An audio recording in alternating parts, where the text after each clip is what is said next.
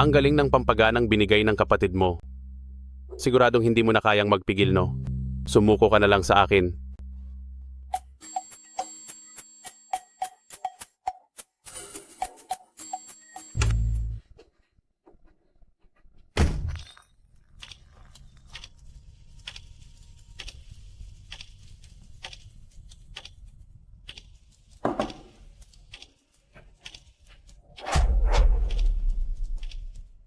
Ipinadala ka rito ni Lolo?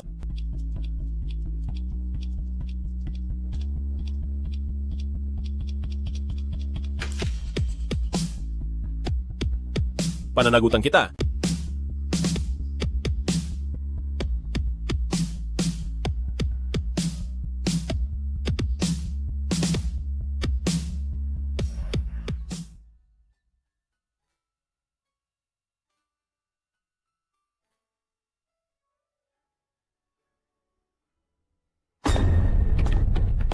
Huwag kang galaw. Raid ito. Lolo, wala po akong ginawa. Wala po talaga akong ginawa. Wala? Huli ka na sa akto. Kami pa ang nagpiyansa sa iyo. At nagagawa mo pang magsinungaling. Hindi ko talaga akalain na ang panganay na anak ng pamilyaan ay nangahas na magbenta ng sarili. Ate, hindi ka ba nandidiri? Kahit sino pinapatulan mo, hindi ka ba natatakot na magkasakit? Tama na, huwag na kayong magsalita. Tiyan-tiyan, mula bukas ay maghanda ka ng mag-aral sa ibang bansa. Huwag kang babalik ng walang pahintulot ko. Pa, sa kabila ng lahat ng ito, paborito mo pa rin siya.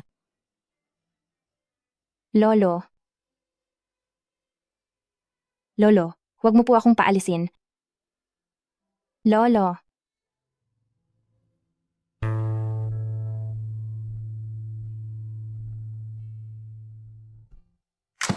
Ako lang ang dapat maging panganay na anak ng pamilyaan. Mamatay ka na.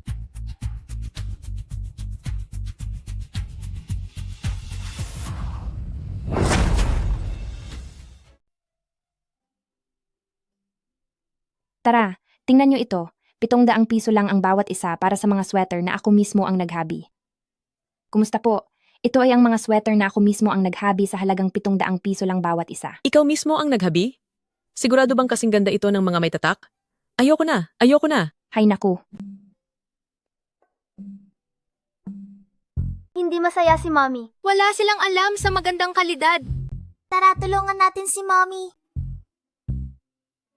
Mommy! mga anak, bakit kayo nandito?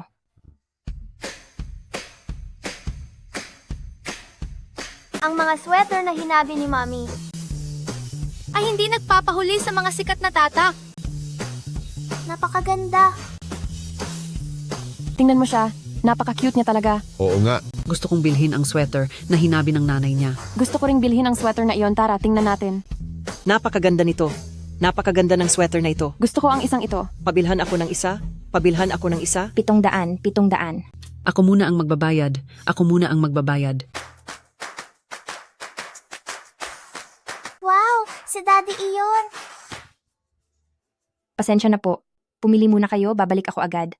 Bantayan niyo muna ito para kay Mommy. Daddy, bilis buksan mong pinto. Ako si Jewer. Jewar, anong ginagawa mo? Mommy, ang tito sa kotseng ito at ang kuya ay magkamukhang magkamukha. Siya ba talaga iyon? Kahit na hindi ko na matandaan ang mukha ng lalaking iyon pagkatapos ng gabing iyon.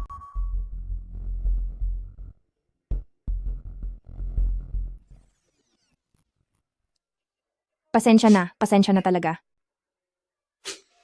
Hindi siya iyon, Mommy. Nawala ko sa paningin si Daddy. Dadalhin ka ni Mommy para kumain ng masarap, ayos ba?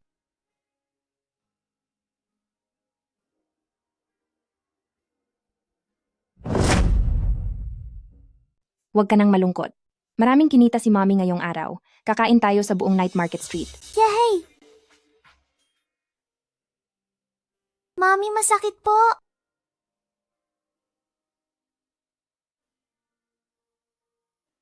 Ang init mo?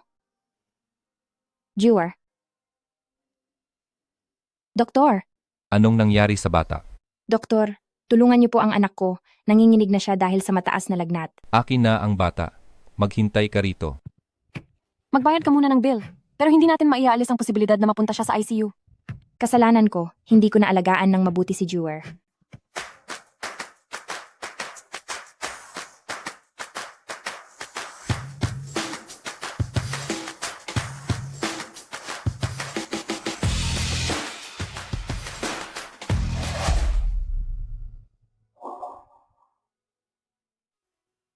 Pasensya na, naging masyado lang akong balisa. Parang nakita ko na siya kung saan. Ang babaeng ito, nakayapak pa kahit sobrang lamig ng panahon. Tara na! 6 na taon na. 6 na taong koma ang matanda. Sa wakas ay gising na siya. Gusto kanyang makita. Salamat sa lahat. Lolo? Sa wakas ay gising na kayo. Inuutusan. Kita na dapat mong pakasalan ang panganay na anak ng pamilyaan. Ang panganay na, binibini ng pamilya, ang pala ang inayos ni Lolo para sa akin 6 na taon na ang nakararaan. Lolo? Lolo? Lolo, narinig ko po kayo. Pakakasalan ko talaga ang panganay na binibini ng pamilyaan. Tao! May tao ba rito? Bilis! Doktor, kailan po kaya makakalabas ang anak ko? Nakakain ng pasyente ng allergen. Nilalagnat pa rin siya. At kailangang manatili sa ilalim ng obserbasyon sa loob ng 24 na oras. Maaari na muna kayong umuwi. Maraming salamat po. Lolo. Doktor? Magiging maayos lang po ba ang lolo ko? Hanggat nariyan si Dr. Shisekai, hindi mapapahamak ang matandang Ginoong Lu. Naghanda ang direktor ng ospital ng silid pahingahan para sa inyo. Doon na lang po kayo maghintay. Ipapaalam namin sa inyo kapag may balita na. Salamat.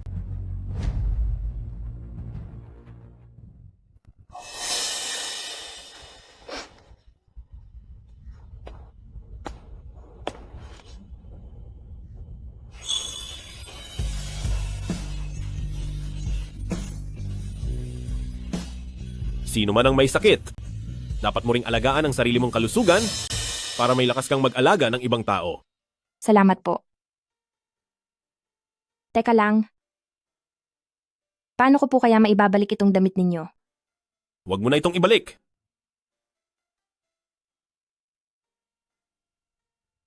Presidente Lu, nalaman na po namin ang tungkol sa sitwasyon ng panganay na binibini ng pamilyaan. Panganay na anak ng pamilya. Ana si Annie Faye, 25 taong gulang. Siya ang nag-iisang anak na babae ni An Jianyu. Kailangan kong mapakasalan agad ang panganay na anak ng pamilyaan. Tulungan mo akong makipag-date sa kanya para sa hapunan bukas. Sa ganitong paraan ay sasaya si Lolo at baka sakaling magising siya ng mas maaga. Opo, Presidente Lu. Ang lahat ng mga indicator sa katawan ni Jewel ay bumalik na sa normal. Maaari na siyang lumabas ng ospital. Salamat po, nurse. Mami, kanina po ang suot mong damit. Siya pala ang may hawak ng kapangyarihan sa Lu. Si Lu Baiken. Halo, ako ang sekretaryo ni Presidente Lu. May kailangan po ba kayo? Hello, ako si An Yitian. May hiniram po akong damit kay Presidente Lu dati. Gusto ko lang itong ibalik sa kanya. May oras po ba siya? Padadalhan kita ng lokasyon. Pumunta ka rito. Dito kumakain si Presidente Lu. Sige. Xiaobao, samahan mo muna si Mommy sa isang lugar mamaya. Doon na rin tayo kakain ng hapunan. Sige po, Mami. Halos amagin na si Jewel sa kahiga rito.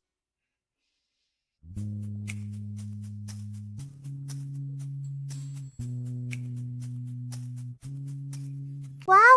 Ang ganda naman ng restaurant na ito. Sigurado akong masarap ang pagkain dito.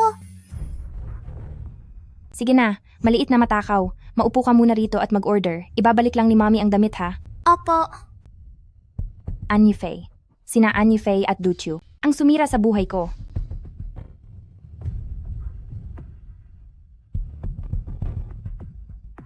Pasensya na po. Pribadong lugar ito ni Presidente Lu. Halo, inayos po ni Asistenteng Deng na pumunta ako rito para ibalik ang damit ni Presidente Lu. Sino po ba yung pumasok na babae kanina? Ano po siya ng presidente nyo? Siya ang mapapangasawa ni Presidente Lu.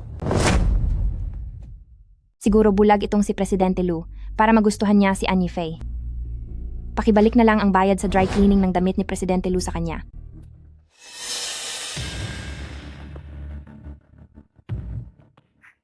Hello? Nasaan na po yung batang babae na kasama kong pumasok kanina? Naghugas lang po siya ng kamay.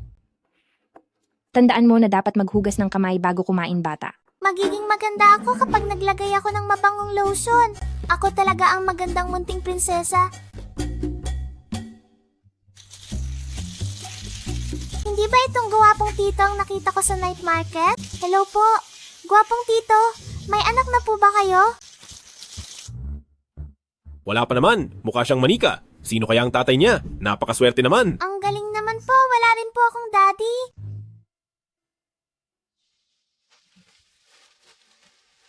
Halika, tutulungan ka ni Tito na punasan ang kamay mo. Gwapong tito, pwede po ba tayong maging magkaibigan? Pwede po bang makuha ang number nyo para mailibre ko kayo ng pagkain sa susunod? Sige ba? Ito ang personal na number ko. Tawagan mo lang ako kahit kailan kung may kailangan ka. Maraming salamat po.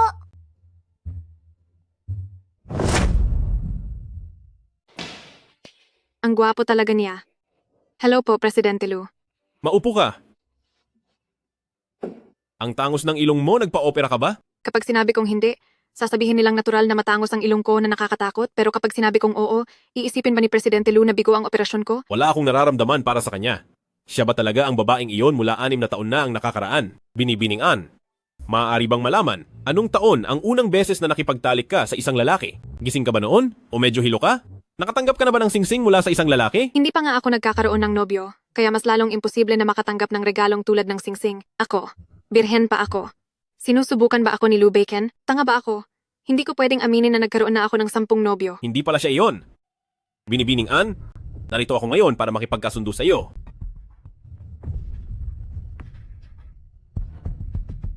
Batang Ginoong Lu, pinapakasal mo ba ako sa iyo ng hindi totoo? Ang pekeng kasal ay tatagal ng 1 taon. Maaari kong tapusin ang kontrata ng mas maaga. Pero habang nasa kontrata pa ay maaari mong gamitin ang lahat ng karapatan bilang Ginang Lu. Pagkatapos ng kontrata ay makakakuha ka ng 800 milyong piso bilang kabayaran. 800 milyong piso. Kailangan kong maging ganap at opisyal na Ginang Lu sa loob ng 1 taon na ito para wala na talagang makapigil sa akin.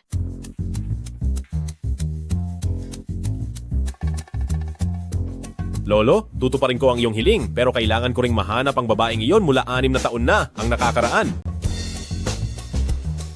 Sa susunod na Biyernes, pupunta ako para formal na hingin ang iyong kamay sa kasal. Sige, mahal ko. Hihintayin kita.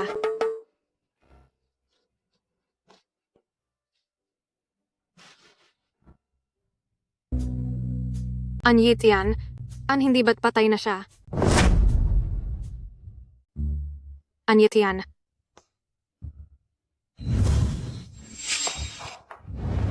Mamatay ka na.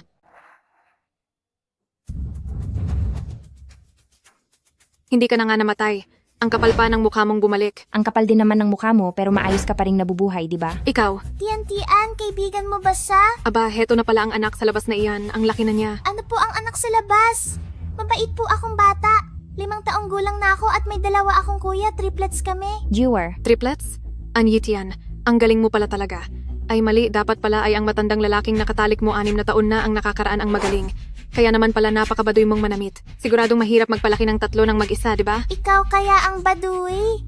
Baduy ang buong pamilya nyo? Auntie, ang ganda po ng suot mong palda. Anong ginagawa mo? Alam mo ba kung gaano kamahal ang paldang ito? Anyit yan. Hindi mo ba alam kung paano magdisiplina ng bata? Nakakainis ang bastardo na ito, gaya mo lang din. Anyifei, mag-ingat ka sa mga sinasabi mo. Mistress ang nanay mo kaya ikaw ang tunay na anak sa labas. Ikaw, nababaliw ka na ba? Nagawa mo pa akong saktan.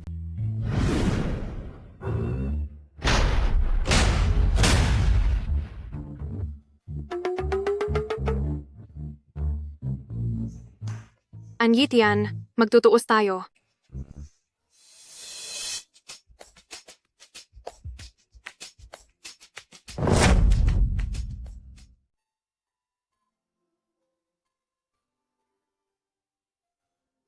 Bacon, inaapi niya ako. Tingnan mo kung ano ang ginawa niya sa akin. Ikaw ang mapapangasawa ko, kaya kailangan mo akong ipaghiganti. Pasensya na po, hindi ko po sinasadyang madumihan ang iyong palda. Huwag niyo po akong saktan at huwag niyo rin pong saktan ang mama ko. Ale. Ale? Tinawag mo talaga akong Ale. Ang galing mo, Jewer. Bastardang bata na wala sa ayos? Humingi na siya ng tawad, maaari ka nang umuwi. Bacon. Sige na nga, hindi na ako papatol sa babaeng iyan. Guwapong tito, ang pangit talaga ng aling iyon. Ipakikilala ko sa iyo ang maganda at cute kong mami. Type mo ba siya? Siya pala ang nanay ni Jewer. Jewer, huwag kang makulit. Itiko mo ang iyong bibig. Sino ang tatay ni Jewer? Siya ang mapapangasawa ni Anyifei. Baka magkakampi sila at gagamitin din ng bata para pagbantaan ako. Patay na siya. Matagal na siyang nilalamon ng lupa. Saan ko nga ba siya nakita? sweater ni Prinsesa Aisa ngayon. Mami, hindi na po ako 3 taong gulang na bata. Gusto ko ng mature na style na striped sweater. Sige. Sisiguraduhin kong matutuwa kayo. Mami, kakagawa mo lang nito noong nakaraang buwan. Sapat na sa akin ang isang ito. Huwag ka na masyadong magpagod, Mami. Jiuhe, bihira lang kayong maibili ni Mami ng mga damit sa labas. Ano namang maganda sa mga damit sa labas? Sabi ng mga kaklase namin ay maganda ito. Nagpupumilit silang hingin ang link sa amin. Ang bata nyo pa pero alam nyo na ang tungkol sa mga link.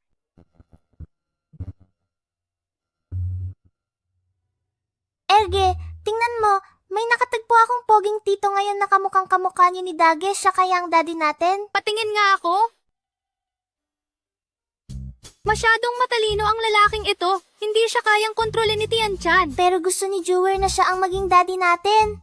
Matalino kayo ni Dage. At dahil nandito tayong 3 Zhuge-Liang, matatalo ba natin ng isang ordinaryong tao? Jewer, mali ang sinabi mo. Ang 3 ordinaryong tao ay kayang tapatan ang isang Zhuge-Liang.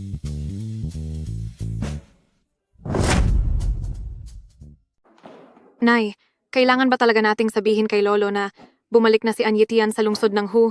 Oo naman, di ba palagi siyang pinoprotektahan ng matanda? Hindi lang natin sasabihin sa matanda na bumalik na siya, kundi sasabihin din natin na nagdala siya ng 3 anak sa labas. Sa pagkakataong ito, isa na lang siyang katatawanan dito sa lungsod ng Hu. Di ba mahalaga sa matanda ang reputasyon niya? Pinapahiya siya ni Anyitian. Wala na siyang makukuhang kahit anong pabor mula sa ating pamilyaan. Senyorita, Tio Hua, ikaw nga talaga iyan. paano nyo nalaman na dito ako nakatira? Inutusan ako ng matandang senyor na sunduin ka pa uwi dahil 6 na taon ka na niyang kinasasabikan. Miss ko na rin po si Lolo. Senyor, narito na po ang senyorita.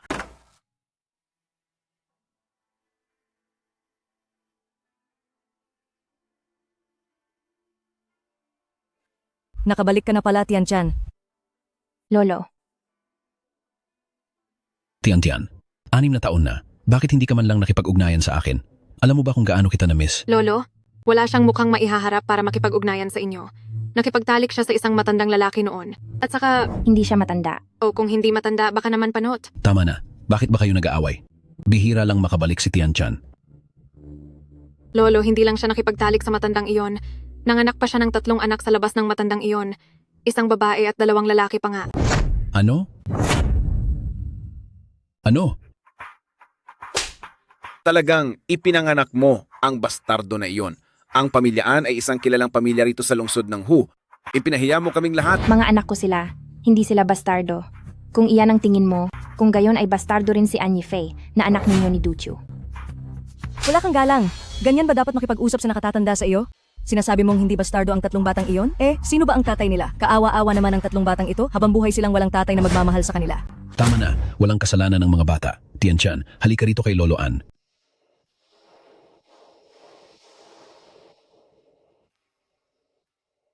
Lolo, hindi na sana ako bumalik. Mag-isa mong itinataguyod ang 3 bata. Hindi iyon madali. Bumalik ka na rito at dito na tumira. Hindi maaari. Ang pamilyang Lu na pinaka-maimpluwensyang pamilya sa lungsod ng Hu ay darating na para mamamanhikan. Kapag nalaman ng pamilyang Lu na nabuntis siya bago ikasal at may 3 pang anak, iisipin nilang ang pamilyaan ay walang modo at kahiyahiya. Paano na kung hindi na nila pakasalan si Xiao Fei? Tama po, Lolo. Pabigat lang sa atin si Tian Chan. Ako lang ang makakapagbigay ng karangalan sa ating pamilyaan. Ayaw ko pong bigyan ng problema si Lolo. Aalis na ako. Narito na ang senyorito Lu. Bye, Ken. Narito ka na pala. Magandang araw po, Lolo An. Presidente Lu, isang malaking karangalan ang pagbisita ninyo. Napakapalad ng aming pamilyaan dahil nagustuhan ninyo ang aming si Fei. Lolo An. Sino siya? Kung si Anyitian ay isa ring binibini ng pamilyaan, magpapalit ako ng pakakasalan na hindi rin masama. Siya. Siya. Anak lang siya ng katulong namin. Katulong? Huwag na nating ipahiya ang pamilya natin sa iba. Oo nga, anak siya ng katulong. Nakakaabala lang siya sa paningin niyo, Presidente Lu. Paaalisin ko na siya agad. Hindi naman. Huwag naman po, Papa. Si Tian Chan ang pinakamahusay naming katulong. Tian Chan, bakit hindi ka pa pumunta sa kusina para tumulong maghain ng pagkain? Ako ang tunay at legal na panganay na dalaga ng pamilyaan.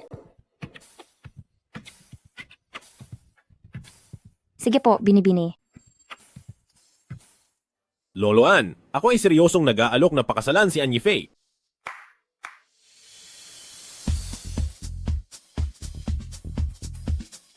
Kontento na po ba kayo sa 8 bilyong pisong dote na ito? Hindi importante ang dote. Basta't mahal mo talaga ang aming si Fair. Magkakilala kami ng lolo mo noon pa. Mas mabuti na maging mas malapit pa ang ating mga pamilya. Presidente Lu, dahil napakalalim ng pagmamahalan ninyo ni Fayer, baka pwedeng itakda na ang kasal sa susunod na buwan? Sige. Akala mo ba ay ka-level mo ako para kalabanin ako?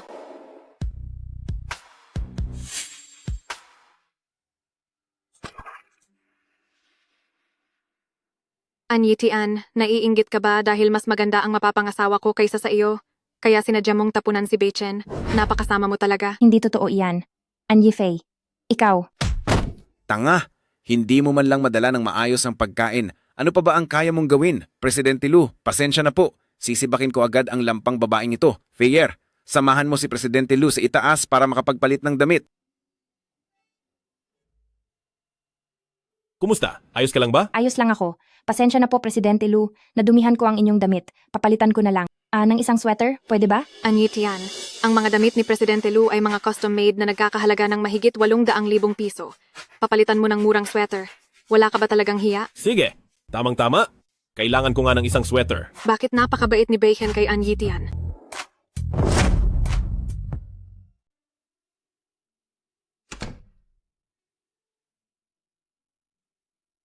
Mami, kadarating lang po ng landlord natin. Sabi niya kailangang makabayad na bago ang susunod na Lunes. Kundi ay ipapaupa na niya ito sa iba at tumaas pa ng 39,000 piso ang upa. Huwag kang mag-alala. Babayaran na ni Mami ang renta bukas. Hindi tayo mapapaalis dito.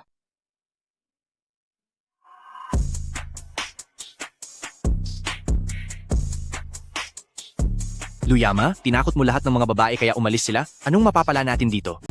Tatawag pa ako ng iba? Hoy, mag-ingat ka sa mga sinasabi mo. Magpapakasal na ako sa lalong madaling panahon. Bakit ka nagpapanggap na mabuting lalaki? Hindi naman si Anyi Fei ang gusto mo. Nga pala, balita ko mayroong highlight ngayong gabi. Bumalik na ang dancing queen ng Evernight City. Balita ko napaka-inosente ng mukha niya at talagang napaka-sexy pa ng katawan niya. Wala akong pakialam. Chen, sa dami ng taon na lumipas, ang babaeng matagal mo nang hinahanap. Ano ba talaga ang itsura niya? Hindi ko rin alam. Ano? Hindi mo alam ang itsura niya, tapos paano mo siya mahahanap? Binigyan ko siya ng isang singsing. Gamit ang singsing na iyon, siguradong mahahanap ko siya. Mga ginang at ginoo, salubungin natin ang ating maganda, sexy, at kaakit-akit na dancing queen bunny.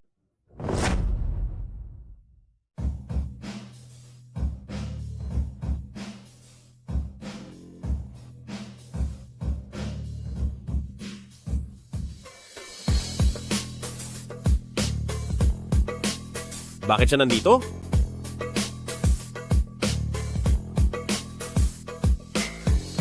Napakaganda niya. Ngayon lang ako nakakita ng nakasuot ng ganyan habang nagpo-pole dance nang wala rin kahit anong pagkailang at para siyang isang diwatang bumaba mula sa langit.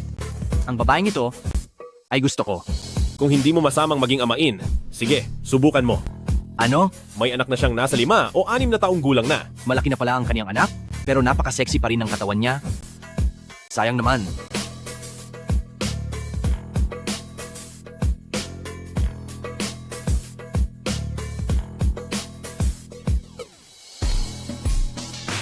Apat na 80,000. 100,000. 160,000. Pagbati sa ginoong ito, para sa halagang 160,000 piso, ay makakainuman niya si Bunny.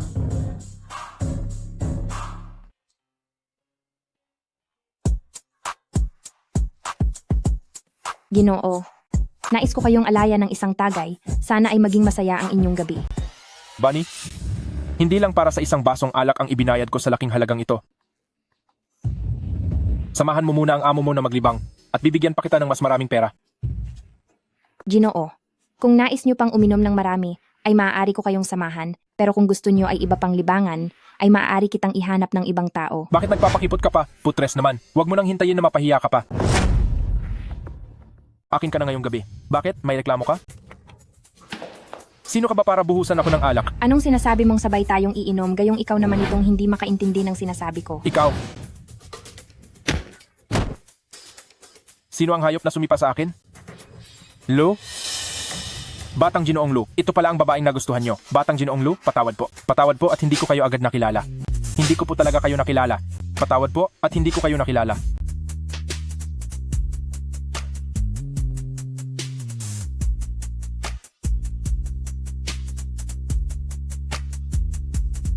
Salamat sa iyo. Ang cellphone ko. Gusto mo pa bang bumalik doon para hiyain ka lang nila ulit? Anyitian, ganun ka ba talaga kadesperado sa pera? 20,000 piso ibibigay ko sa iyo? Tinutulungan mo lang ako para hiyain din ako, hindi ba? Sino ang may sabing kailangan ko ang pera mo? Wala kang pakialam kung sino man ang umaapi sa akin. Ano ba ang ginagawa mo? Ibaba mo ako.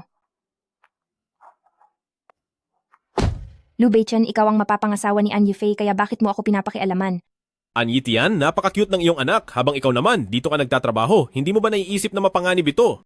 Kung may mangyari man sa iyo, paano na lang siya? Oo, ganito talaga akong tao. Nabuntis at nanganak sa murang edad, hindi man lang nakatapos ng kolehiyo, isa rin akong bigong ina at hinahayaan silang magdusa kasama ko. Para sa iyo ay wala akong kwenta. At walang silbi. Pero hindi ako humingi ng tulong sa iyo, kaya kong tumayo sa sarili kong mga paa.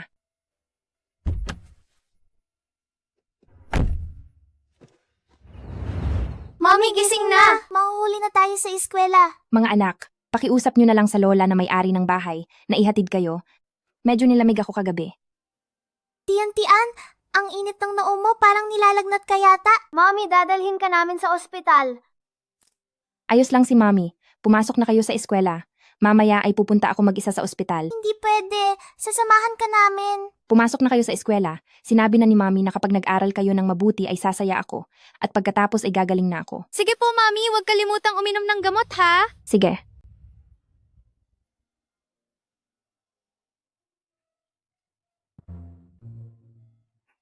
Alam ko na. Gwapong tito, ako si Jewel Saklolo. Ang address ay Snowflake Lane numero 150. Ang password ay 52011.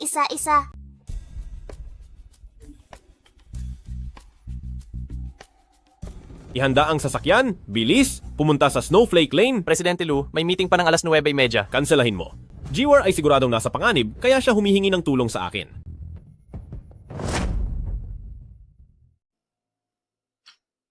Jiwar, nasaan ka? Jiwar. Anyitian. Tubig. Tubig. Gusto kong uminom ng tubig.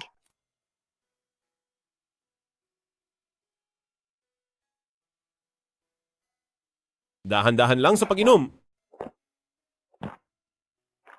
Kumusta ka na? Tissue. Sisinga lang ako.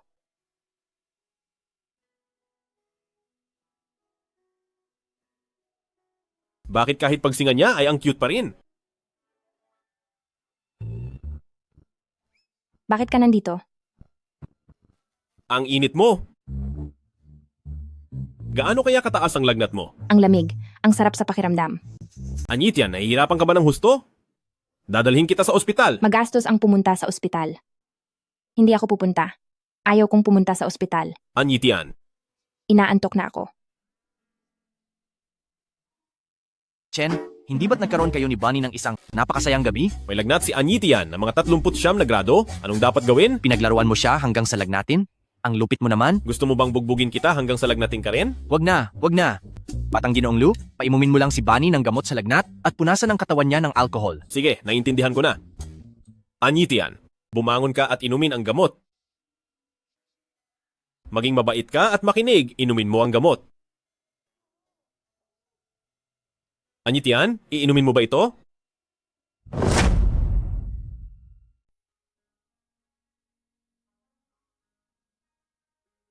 Kung hindi ka makikipagtulungan, huwag mo akong sisihin kung maging malupit ako sa'yo.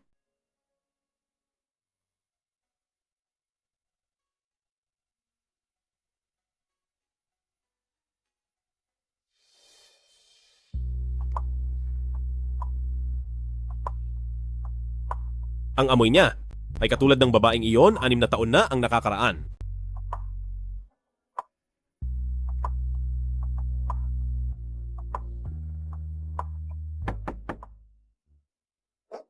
Nasaan si Xiaotian? Sino ka? Ikaw ba ang asawa niya? Ang gwapo mo naman. Lumabas ka!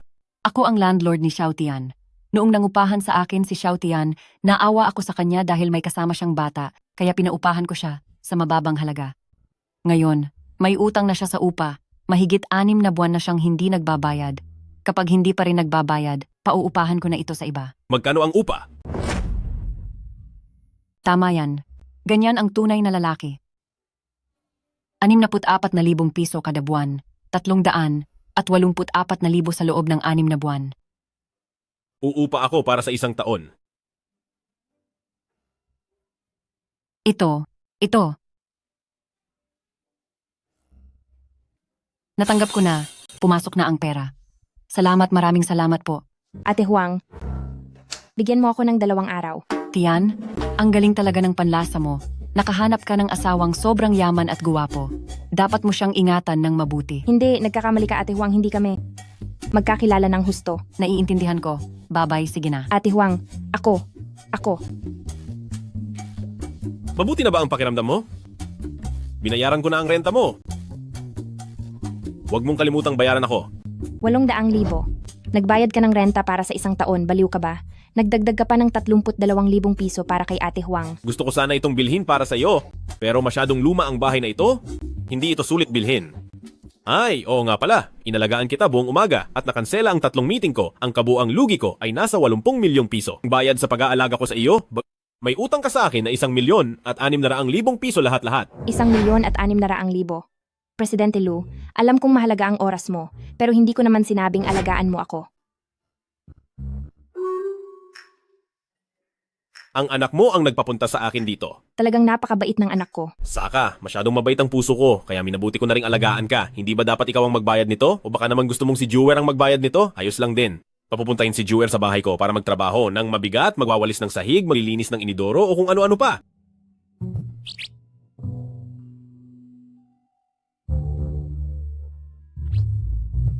Hindi pwede. Bata pa si Jewer. Paano niya magagawang magtrabaho ng ganoon kabigat? Kung may gagawa man yan, ako na lang dapat. Akala mo ba talaga ay hahayaan kong magtrabaho ng mabigat si Jewer? Kapag pumunta siya sa bahay ko, ituturing siyang parang amo na dapat pagsilbihan. Kung ganoon, kapag ako ang pumunta, ay ganoon din. Ako ang amo at ikaw ang magtatrabaho.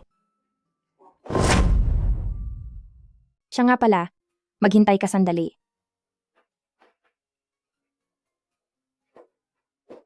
Dati ko pang sinabing papalitan ko ang sweater mo. Hindi ko alam kung tama ba ang sukat nito.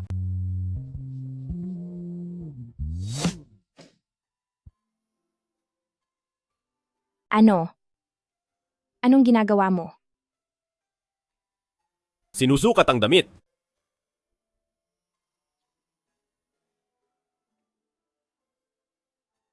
Hindi mo na talaga ako itinuturing na ibang tao.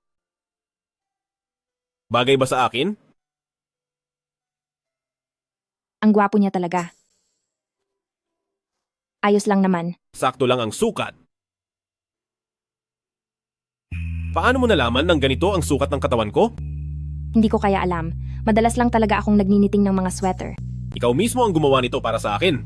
Kung ayaw mo sa gawa ko dahil hindi maganda ang pagkakayari, ay ibibili na lang kita ng bago. Gustong gusto ko ito. Para sa akin lang ba ang tanging sweater na niniting mo? Imposible naman. Madalas akong nagniniting para sa mga bata.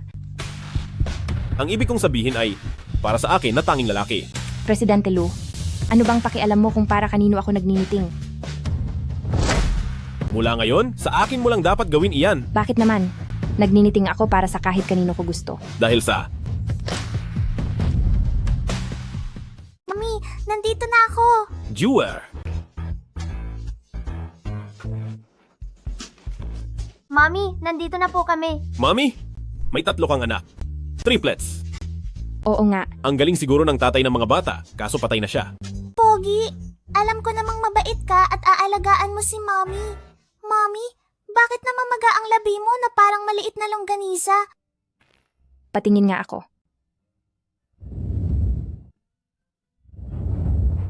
Mami, may sugat ang labi mo. Dahil ba ito sa lagnat? Mami, magpunta na tayo sa ospital. Bakit ba namaga ng ganyan ang labi mo?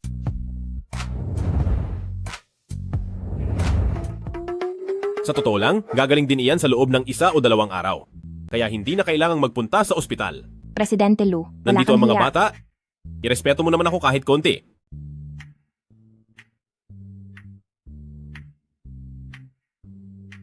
Presidente Lu, heto, paalam na sa iyo. Paalam sa inyo, mga bata.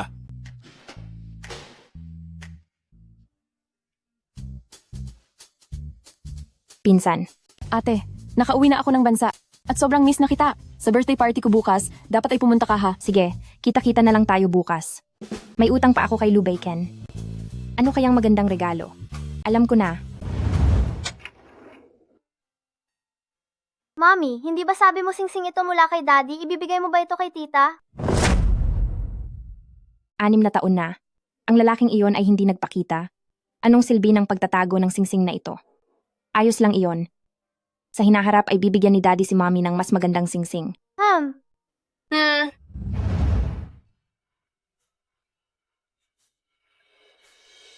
Ate Tianchan, sa wakas ay dumating ka na. Yinuo. Oo nga pala. Ito ang regalo na dala ko galing ibang bansa para sa 3 kong pamangkin. Hindi ko alam kung magugustuhan nila ito. Yinuo. Ngayon ang kaarawan mo, pero naghanda ka pa talaga ng regalo para sa mga anak ko. Ate Tianchan, pamilya naman tayo, di ba? Naghanda rin ako ng regalo para sa kaarawan mo.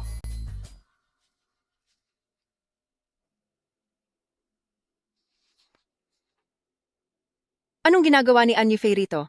Anak lang siya ng isang kabit. Hindi naman namin sila inimbitahan.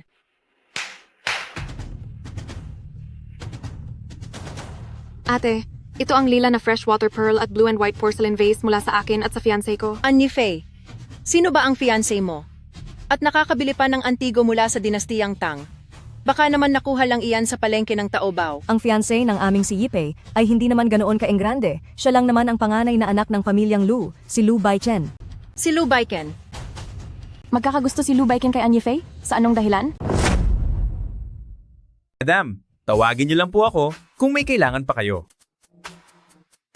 Xiao Fei, pagbati sa iyo, napakaswerte mo talaga. Ate, magmula ngayon ay magtatamasa ka na ng walang katapusang kaginhawaan. Ang galing ng nakuha mong manugang. Buong lungsod ng Hu ay tiyak na maiinggit sa iyo. Siyempre naman, napakahusay ng ating Yipei, kaya natural lang na makakaakit siya ng mahusay ring lalaki.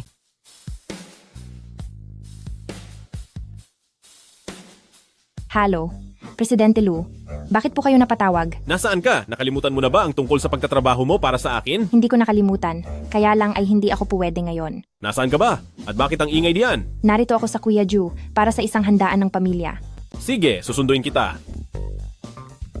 Teka Lu, susunduin mo ba ako o ang iyong mapapangasawa? Xiaofei, kailangan makipag-inuman ng iyong tito sa iyo ngayong araw. Siya nga pala, humanap ka ng oras para maipakilala mo sa amin si Lu Baichen o si Presidente Lu. Total, ay iisang pamilya lang naman tayo, di ba? Hindi naman imposible kung gusto ninyong makilala si Baichen. Kaya lang ay may prinsipyo ang aking Baichen at hindi siya magbibigay ng pabor para lang sa akin. Tama iyon. Huwag niyo nang pahirapan si Xiao Fei. Bago pa lang silang magkasama at heto na kayo at gustong makisawsaw sa kanya. Kapag nakasal na siya, magiging tunay na kamag-anak na ninyo silang lahat. Tama, tama. Iisang pamilya naman tayo. Lahat. Lahat tayo ay magkakamag-anak. Hay nako, Ate Tianchan, ano bang ginagawa mo rito? Tingnan mo nga iyang si Annie Faye kung gaano kayabang. Tingin sa kanya ng buong pamilya ay ang magiging Mrs. Lu, kaya lahat sila ay sumisipsip sa kanya. Nasusuka na talaga ako. Siya nga pala. Ito ang regalo ko para sa birthday mo. Salamat, Ate Tianchan. Xiao Nuo, ano bang niregalo sa'yo ng panganay mong ate? Mag-isa na nga siyang nagpapalaki ng 3 anak ngayon. Binigyan ka pa ng mumurahing gamit. Huwag mo na lang sana itong masamain. Gusto ko ang lahat ng binibigay ng ate ko. Oh, talaga ba? Ano ba iyan? Akin na nga at patingin. Ay naku, ang laki naman ng singsing na ito. Kung ibebenta ito sa Tiangge, mabibili lang ito sa halagang ilang daang piso, hindi ba? Idilat mo nang mabuti ang mga mata mo at tingnan mo. Totoong singsing na may brilyante ito. Kahit hindi ito ganoon kamahal. Pero ito ay galing sa puso ko. Bakit mo ba kinukuha ang gamit ko? Ito ay alahas mula sa dinastiya ng Bopang Paerma. Ate Tianchan, sobrang galante mo naman. Subalit hindi ko matatanggap ang ganito kamahal na regalo. Anong dinastiya ng Bopang-Bopang? Ganyan lang talaga kayabang ang ate mo, binigyan ka lang niya ng peking basura. RJ, talagang wala kang alam sa mundo. Ang singsing na ito ay pag-aari noon ng huling reyna ng Pransya na si Reyna Marie Antoinette. Ang singsing na ito ay naisubasta sa Geneva na taon na ang nakakaraan. Halagang $250 milyong. Nagtala ng pinakamataas na record sa kasaysayan ng subasta ng brilyante. Ganoon ba talaga kamahal ang halaga ng singsing na ito? Parang hindi naman kapani-paniwala. 2 bilyong piso. Piso iyan? 13 bilyon at 600 milyong piso. Yinuo, nabaliw ka na ba sa pag-aaral mo sa ibang bansa? Paano mapupunta kay Anyitian ang ganoong kamahal na alahas? Tama, kung talagang ganoon kamahal iyan, ibibigay ba niya sa iyo? Pekeng gamit lang iyan mula sa bangketa? Patawad, Yinuo. Ibinigay lang ito sa akin ng iba. Hindi ko dapat ibinigay sa iyo nang hindi mo na sinusuri kung totoo o hindi. Ate Tianqian, ang kinuha ko sa ibang bansa ay kurso sa pagkilala ng alahas. Maniwala ka sa akin. Yinuo, ikaw lang talaga ang masyadong mabait. Binigyan ka ng kapatid mo ng pekeng singsing na brilyant at pinoprotektahan mo pa rin siya. Paano kung totoo ito? Imposible. Kung totoo ito, bakit kailangang magtrabaho ni Anyitian sa maraming lugar at palakihin ang 3 niyang anak na parang mga asong kalye na naghihirap? Hoy, ikaw! Anyifei, maari mo akong pagsalitaan ng ganyan, pero hindi mo maaaring pagsalitaan ang mga anak ko. Kung totoong singsing na brilyante ito, kailangan mong lumuhod at humingi ng tawad sa akin. Mabuti naman Ate Tianqian at naniwala ka sa sinabi ko. Naniniwala ako na hindi mo ako sasaktan. Sige, kung totoong singsing iyan, hindi lang ako luluhod, sasampalin ko pa ang sarili ko habang humihingi ng tawad sa iyo. Pero kung peke ito,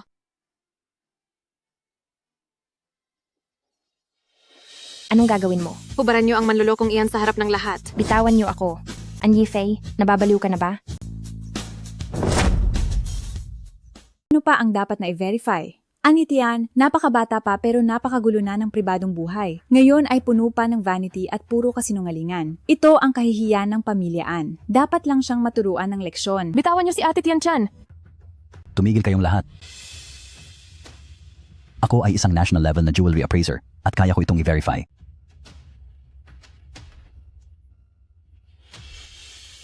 Ito ang aking guro na si Professor Kuyen. Siya ay isa sa mga pinakamahusay na jewelry appraiser sa mundo at sikat na sikat siya sa loob at labas ng bansa. At siya ang makakapagpatunay kung totoo ang alahas na ito. Magdala kayo rito ng isang planggana ng apoy. Dahil ang apoy ay magagamit para malaman kung tunay ang isang diamante. Ito ba ay sa pamamagitan ng apoy? Malalaman kung totoo o peke ang diamante? Kailangan pa ba iyang i-verify?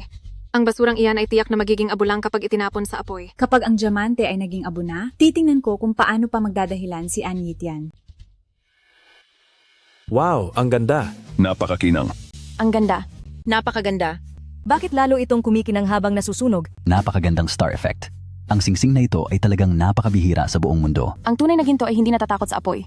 At ganoon din ang mga diamante. Ang isang peking diamante ay matutunaw sa apoy. Ngunit kung ito ay isang tunay, mahal, at bihirang diamante, hindi lamang ito hindi matutunaw, kundi lilitaw pa ang kumikinang na star effect pagkatapos masunog. Sabi ko na sa inyo, ito ay isang tunay na diamante mula sa dinastiya ng Bopang Paerma. Paano nangyari iyon? Napakahalaga pala ng singsing na brilyanteng ito.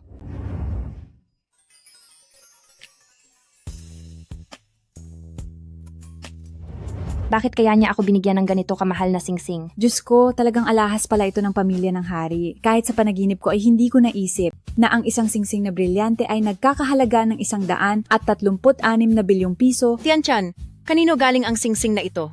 Tatay ba ito ng mga bata? Tianqian, ang tatay ba ng mga anak mo ay isang prinsipe sa ibang bansa? Siyempre hindi siya isang prinsipe mula sa ibang bansa. Anyitian, nagpakatuta ka ba sa kung sinong matanda? Ang galante naman niya? Binigyan ako ni Lu Baiken ng napakaraming dote, pero ang kabuuan ay nagkakahalaga lang ng 80 bilyong piso. Bakit ang singsing na ito ay nagkakahalaga ng 136 na bilyong piso? Kahit sino pa ang nagbigay nito noon, ngayon, ibinigay ko na ang singsing kay Xiao Nuo kaya kay Xiao Nuo na ito. Ang bait mo talaga, Tianqian. Nakakahiya naman ito. Napakabuti mo sa aming si Xiao Nuo.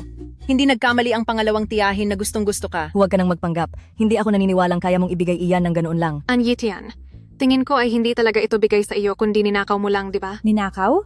Anyifei, hindi pa kita pinapanagot sa mga ginawa mo, pero heto ka na naman at sinisiraan ako. Totoo ang singsing na brilyanteng ito. Hindi ba't dapat ka nang lumuhod at sampalin ang sarili mo para humingi ng tawad sa akin? Erjeheye, hindi ka marunong tumupad sa usapan, wala kang hiya. Ninakaw niya ang singsing na iyan.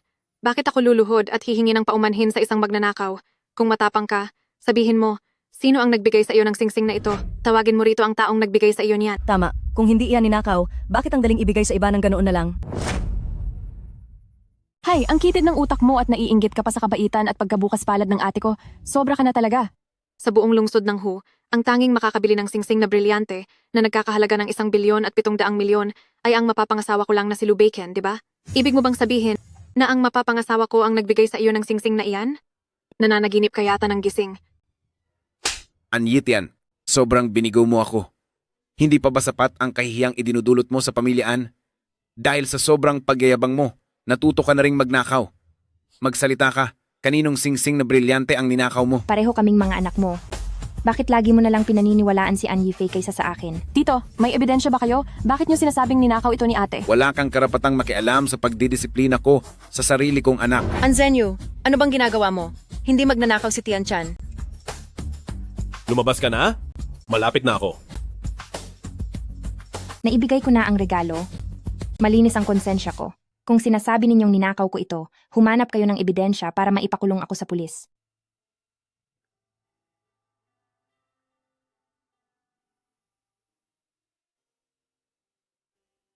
Ate Tianchan, sandali. Ate Tianchan, hindi ko talaga pwedeng tanggapin ang ganito kamahal na singsing. Xiao Nuo, sinabi ko nang ibibigay ko sa iyo kaya hindi ko na ito babawiin. Isa itong tanda ng pagmamahal na ibinigay ng hari ng Pransya kay Reyna Marie.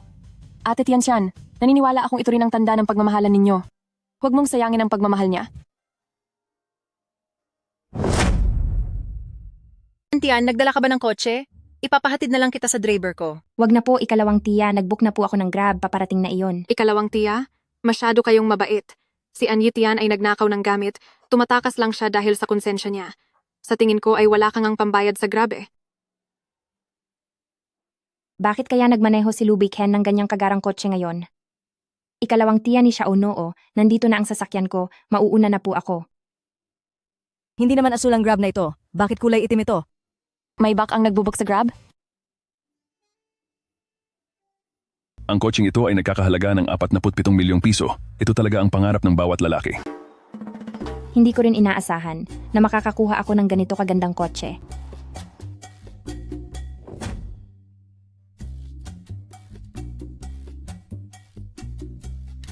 Ano nga bang sinabi ko tungkol sa kanya? Nagpapanggap lang si An Yitian sa harap ng pamilya. Kahit pinto ng kotse ay hindi mo mabuksan, kaya huwag ka nang magpanggap, mas lalo ka lang naming hahamakin sa ginagawa mo. Tama nga naman.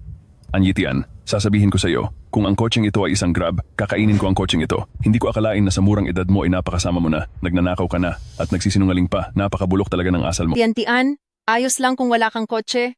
Maaari ka naming ihatid. Presidente Lu, buksan mo ang pinto. Umupo ka sa harap. Ako mismo ang nagmamaneho ngayon. Ang mismong malaking boss ang nagmamaneho. Nakakahiya naman ito.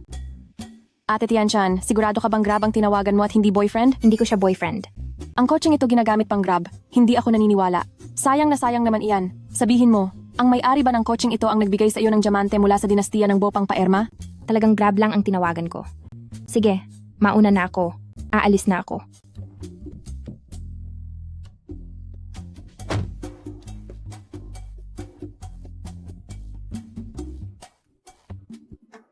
Nakaupo na nga si An Yitian sa isang mamahaling kotse. Sa tabi pa ng driver ang pwesto niya. Hindi kaya totoo ngang mayroon siyang napakayamang boyfriend? Sobrang gwapo ng side profile ng lalaking iyon.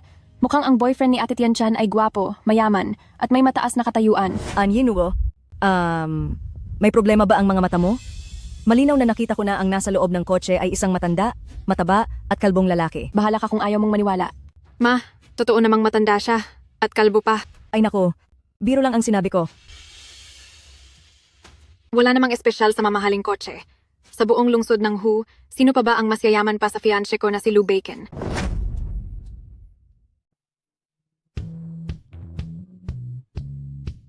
Nandito na tayo.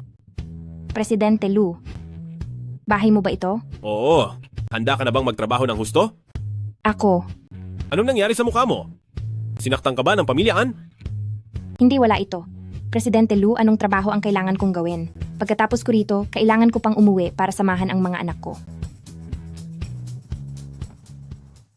Ano ito? Ibinigay lang ito sa akin. Lalaki ba ang nagbigay niyan? Sino? Presidente Lu, nakatira ka ba sa tabi ng dagat? Ang dami mong pakialam. Kung wala kang magawa, bakit hindi mo asikasuhin ang fiancé mo? Ikaw? Bakit ba pinipilit ni Lolo na pakasalan ko si An Yifei?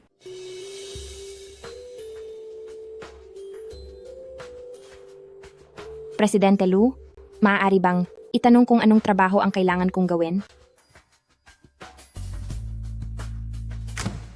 Wow! Ang dami namang lana rito at ang dami ring kulay nito. Presidente Lu, gusto mo bang turuan kita kung paano mag-knit ng sweater? Ano bang iniisip mo? Gusto ko na gawan mo ang lolo at lola ko ng sweater din. Isang piraso, 80,000 piso. 80,000 piso para sa isang sweater? Sige, payag ako. Kung ganoon ay mababayaran ko na agad ang utang ko sa iyo. Ang lolo ko ay 183 sentimetro, 140 gin ang timbang. Ang lola ko naman ay 165 sentimetro, 121 gin ang timbang. Tanda mo na ba? Sige po, sige po. Presidente Lu, iuuwi ko na ang mga ito para simulan ang pagnit. Pasensya na. Regalo ito para sa lolo at lola ko. Mas kampante ako kapag nakikita kitang nagninit sa harap ko.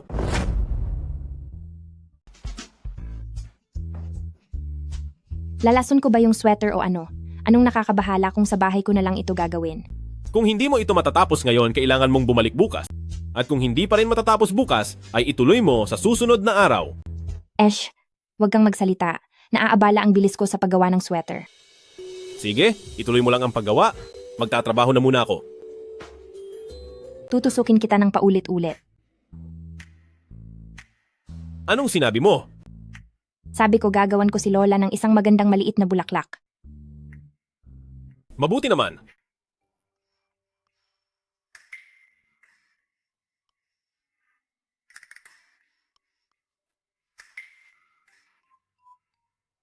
Ang sakit ng ulo ko. Pumunta ka rito at imasahe mo ako. Masahe? May bayad ba ito para kay Presidente Lu?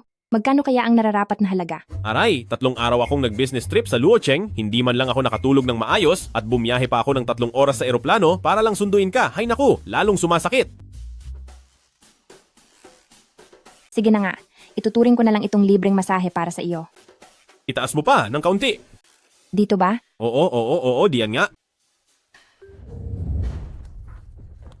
Hindi ba ito yung sasakyan kanina? Talaga bang sinundo ni Lu Bacon ang babaeng yan?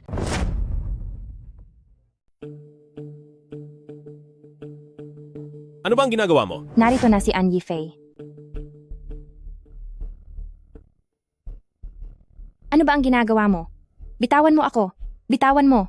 Ano ba ang ginagawa mo?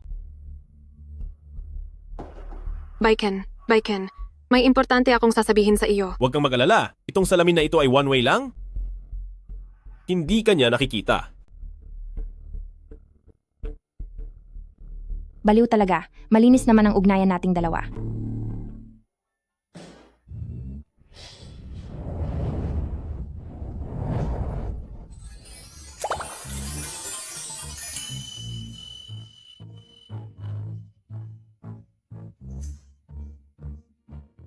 Ngayon, hindi na. Sige, sasabihin ko na lang kay An Yifei. Huwag! Presidente Lu, Amo Lu, nagsusumamo ako sa iyo pakiusap paalisin mo na si An Yifei. Igagansilyo kita ng maraming sweater ng libre, pwede ba? Gagawin ko iyan basta hindi ka nagagawa ng sweater para sa ibang lalaki. Sige, deal.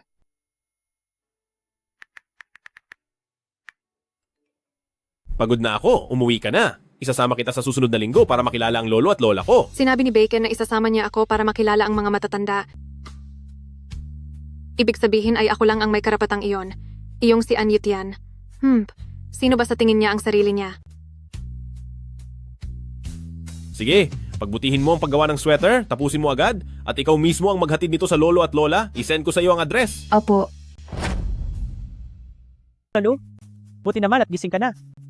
Kahit hindi ka pa makapagsalita ngayon, basta magpagaling lang tayo, ay siguradong gagaling ka rin. Binibining An, nandito na po kayo.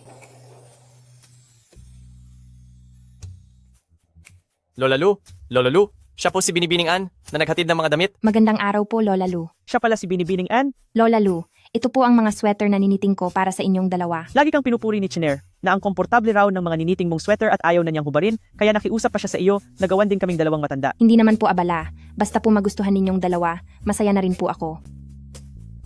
Ay nako, nakalimutan ko na tuloy si Lolo Lu. Ako na po. Magandang araw po, Lolo Lu. Asawa ng apo ko. Amerikana? Sweater ang hinatid ni Binibining An ngayon, hindi Amerikana?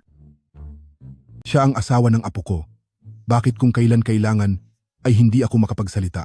Huwag kang magmadali kung hindi mo pa kaya, makinig ka na lang muna sa pag-uusap namin. Napakaganda naman ito. Binibining An, may sarili ka bang brand ng tindahan ng damit? Hindi po. May 3 po akong anak, kaya madalas po akong mag-meeting para sa kanila. Napakabata mo pa pero may 3 anak ka na. Binibining-an? Mga apo, sa tuhod. Bakit ba parang sobrang excited ng matandang ito ngayon? May masama ba sa pakiramdam mo? Masayang masaya ako. Mayroon na akong 3 apo, sa tuhod. Paanong hindi ako magiging masaya? Lolo? Bakit nandito si Anyitian? Lolo, isinama ko ang mapapangasawa ko para makita kayo? Kamusta po, Lolo at Lola? Siya ang pinakapaborito mong panganay na binibini ng pamilyaan. Kapag masaya ka, tiyak na makakabuti iyan sa kalusugan mo. Aray, Chiner. Bakit nagkamali ka ng taong dinala? Lola Lu, Lolo Lu, kanina pa niya tinatapik ang hita niya sa tuwa. Baka naman po, napaihi na siya? Mukhang posible nga iyon. May masama ba sa pakiramdam nyo? Hayaan yung hilutin ko po kayo. Ihahatid ko muna ang asawa ko sa loob para masuri siya. Aray, ang mapapangasawa ng apo ko. Ang 3 kong apo sa tuhod. Dahan-dahan lang po. Ituloy niyo lang ang ginagawa niyo. Presidente Lu, naihatid ko na ang mga gamit. Aalis na po ako. Sandali lang. May gusto akong sabihin sa iyo. Kumain ka muna bago ka umalis. Pupuntahan ko lang si Lolo, maupo ka muna riyan. Hi. Anyitian, anong karapatan mong manatili sa pamilyang Lu?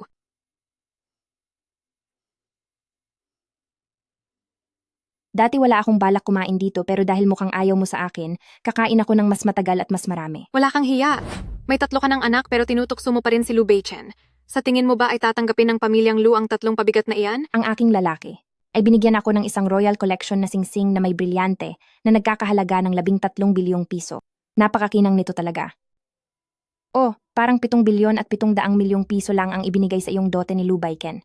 Ako ang may ayaw sa kanya. Kahit matandang lalaki pinapatulan mo, ang dumi mo talaga. Nasa mansyon tayo ng mga Lu, ako ay isang mahalagang bisita ni Lu Baiken. Tingnan mo kung gaano karaming katulong ang nakatingin sa iyo. Kapag nalaman ni na Lolo Lu at Lola Lu na nananakit ka, magugustuhan ka pa kaya nila. Lolo, naihi ka nga talaga. Apo, sa tuhod ko. Chiner, mukhang gustong-gusto talaga ng matanda ang panganay na anak ng pamilyaan. Minamadali ka na niyang magkaanak. Lolo, magpapakasal ako kay Anyi Fei, pero ang bata. Hi, Chiner, naiintindihan ko na. Mali. Nagkamali ang lahat. Lolo, wag na po kayong magalit, Lolo. Matanda ka na. Bakit ka ba nagagalit ng ganyan? Babantayan ko ang apo mo para sa iyo at kukulitin ko rin siya. Huwag ka nang magalit. Lolo, alam kong galit kayo. Pakakasalan ko si Anyi Fei, pero hindi ako magkakaanak. Mapu-frustrate lang kayo kapag nandito ako, kaya aalis na muna ako. Bibisita na lang ulit ako rito pagkalipas ng 2 araw. Anyi Fei. Naghihintay ang driver sa labas para sa iyo, ihahatid ka niya pa uwi. Hindi ba tayo kakain ng hapunan? Hindi nakakain. May sasabihin pa sana ako kay Lolo. Masama ang loob ni Lolo, kaya hindi na siya kakain. Paano naman si Anyitian? Hindi ba siya aalis? May sasabihin ako sa kanya, mauna ka nang umuwi. Bye-bye, ingat sa pag-uwi. Anyitian, humanda ka sa akin.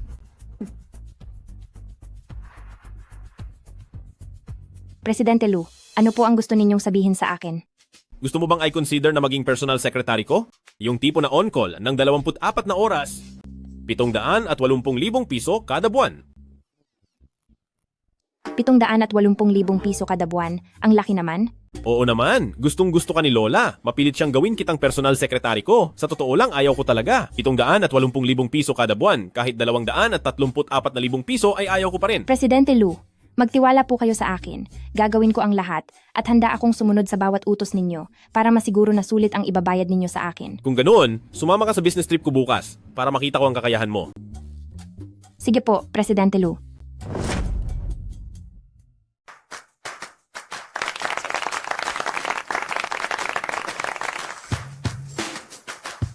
Anyitian, ikaw nga talaga yan. Sino ka? Ako yung kaklase mo noong high school na si Lilu. 6 na taon na tayong hindi nakikita.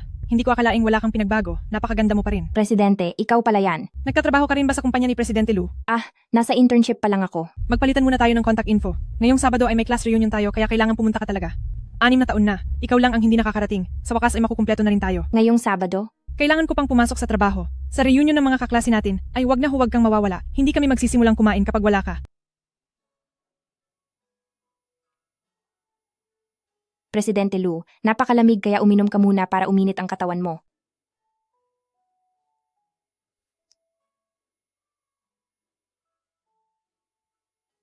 Presidente Lu, hindi po ako nilalamig. Hindi ka nilalamig pero ako ay naiinitan. Anyitian, pumunta ka sa pool party sa hotel na Kaiwe. Sa Sabado ng on time ha. Nandoon ang taong gusto mong makita. Ang taong gusto kong makita. Sino? Tian, ano ba ang reunion? Gusto ko ring pumunta. Sila ang mga kaklase mo ngayon sa kindergarten na muling magsasama-sama paglaki nila. Ibig sabihin paglaki ko ay magiging isa akong napakagandang babae at ang taong gusto ko ay magiging isa ring napakagwapong lalaki. Tian, makikipag-date ka ba? Kapag nakipag-date si Mami, paano na ang gwapong tito? Walang taong gusto si Mommy sa reunion na iyon. Oh, mabuti naman kung ganoon. Tian, huwag mong kalimutang magdala ng salbabida. Tian, patingin naman kami ng suot mong swimsuit. Baka masyadong kaunti ang suot mo. Naku, baka makatagpo ka ng mga masasamang tao. Napakabata mo pa para pagsabihan si Mommy. Huwag kang mag-alala. Aalagaan ni Mommy ang sarili niya. Ang swimsuit ay iyong pinakalumang estilo rin naman. Sige na nga. Presidente Lu, ngayong araw ay weekend. Anyitian? Huwag mong kalimutan na may utang ka pang 624,000 piso sa akin. Pumunta ka sa bahay ko mamayang tanghali, ipagluto mo ako para mabayaran ang utang mo. Pasensya na po, dahil may reunion ako ng mga kaklase ko ngayong araw, hindi ako makakapag-overtime. Reunion? Hindi ba't hindi ka naman nakapag-aral? Ikaw ang hindi nakapag-aral, at pati ang buong pamilya mo ay hindi nakapag-aral. Presidente Lu, hindi ako nakapagtapos ng kolehiyo pero nakapag-high school naman ako, kaya ang reunion ng mga kaklase sa high school ay normal lang naman, di ba? Saan ang lugar? Ito ay pribado kong bagay, maaari bang hindi ko na lang sabihin? Sige, dahil tamang-tama iyan, pwede na akong kumuha ng bagong personal assistant doon sa reunion mo. Magsaya ka ng husto. Presidente Lu. Presidente Lu, ang lokasyon ng reunion ng klase ay sa hotel na Kaiwe. Hindi ba malapit lang iyan sa bahay ko? Magsaya ka lang doon. Hayop na lalaking iyon, puro pananakot lang ang alam niyang gawin sa akin. Sobra na talaga siya. Magtatrabaho ako ng mabuti para balang araw ay masisante ko rin ang hayop na lalaking ito. Mga anak, magpakabait kayo rito sa bahay ha. Darating si Tiyahin Nino o mamaya para alagaan kayo. Opo, Mami, huwag na po kayong mag-alala. Anyitian, narito ka na pala. Ang tagal na nating hindi nagkita. Sa wakas, kumpleto na rin ang klase natin ngayong taon. Anyitian, kilala mo pa ba ako? Ang habulin sa school noon, lalo ka pang naging gwapo ngayon. Jiangjin, ang taong gusto mong makita ay dinala ko na rito sa iyo. Kailangang tuparin mo ang iyong pangako. Bigyan mo ako ng mas marami pang order. Walang problema. Si Jiang Jin ay ang presidente ng grupong Jiang. Ang bawat order ay tiyak na nagkakahalaga ng ilang 10 milyong piso. Ang sulit talaga ng pagiging matchmaker mo, class monitor. Kumusta na kayo mga dati kong kaklase? Ang tagal na nating hindi nagkita. Ako na ang magbabayad para sa lahat ng gastos ninyo ngayong gabi. Xiaofei, ang damit mong Xiang Nair at ang bag mong ito ay ang huling obra ng designer mula sa Yidali na si Luamandi, hindi ba? Hindi ito basta-basta nabibili ng pera. Talaga ba? Binili lang ito ng boyfriend ko para sa akin. Hindi ko rin alam kung magkano talaga ang halaga nito. Si ba ang boyfriend mo? Sobrang galante naman. Talagang pambihira ang boyfriend ni Xiaofei. Siya ang pinakamakapangyarihang tao sa mga pamilya sa lungsod ng Hu. Siya ba ang presidente ng grupong Lo? Na si Lu Baiken? Anyifei, alagaan mo naman kami sa susunod ha? Maliit na bagay lang iyan. Kakausapin ko lang si Bacon ng malambing at ayos na ang lahat. Nakakasuka talagang pakinggan ang mga pagyayabang niya. Mauna na muna akong bumalik sa kwarto para magpahinga. Hayaan mo nang tulungan kita. Magkatabi lang naman ang mga kwarto natin. Nakatira ako sa 1,207 at ikaw naman sa 1,208. Wag na, hindi naman mabigat. Kaya ko na itong dalhin. Pagkalapag mo ng bag, kumain muna tayo bago pumunta sa pool. Sige, tara na. Tara na.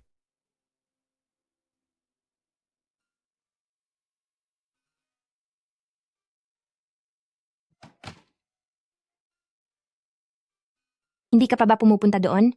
Hinihintay kita. Tara na.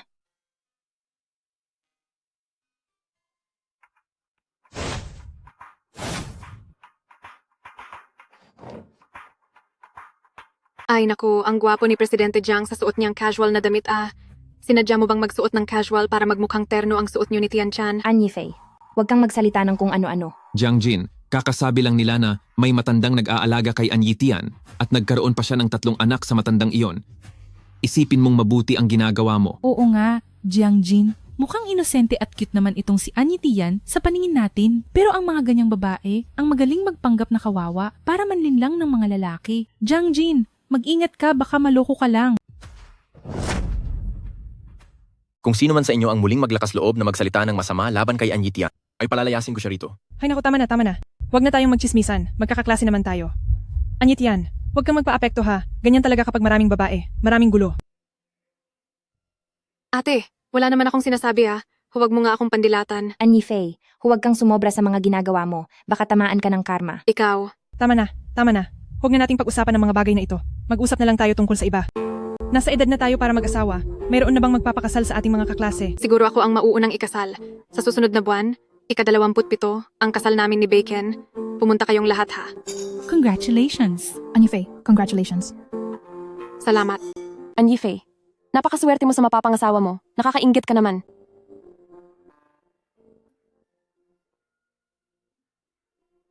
Mga anak, bakit kayo nasa bahay ni Lubay Ken? Sekretarya Ann, inimbitahan ko ang 3 mong anak sa bahay para maglaro. Pumunta ka rito para bisitahin kami kapag may libreng oras ka sa pakikipagkita sa mga kaklase mo. Opo, Presidente Lu. Pakibantayan muna ang 3 bata. Pupunta agad ako riyan pagkatapos ko rito. Anyit yan. Hindi ba mahirap pakisamahan si Lou Bacon? Siguradong mahirap maging sekretarya niya, di ba? Oo nga napakahirap niyang pakisamahan. Para siyang diktador. Talaga ba? Ikwento mo pa sa amin. Napakalamig ba niya? Na parang isang bundok ng yelo? O baka naman palaging nanunumbat? Na parang lahat ay mali sa paningin niya? At madalas kang pinapagalitan ng husto? Pinapagalitan?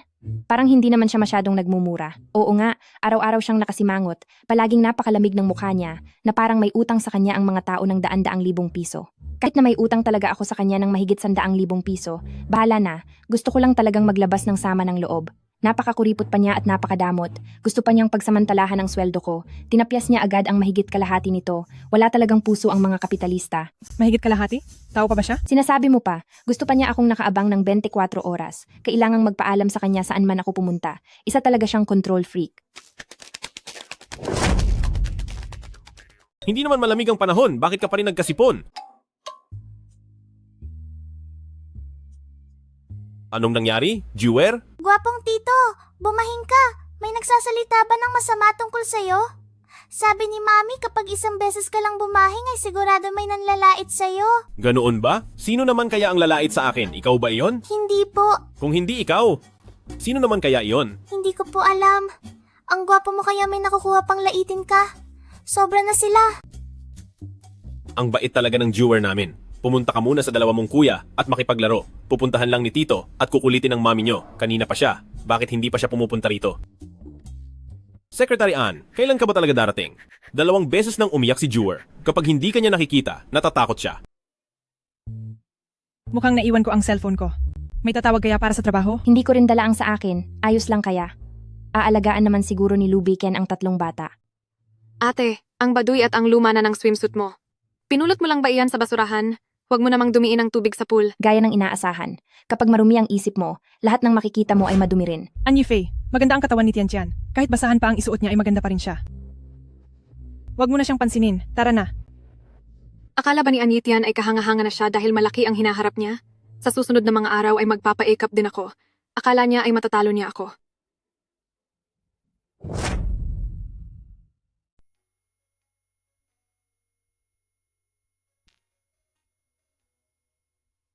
Xiao Fei, 3 na ang naging anak niya.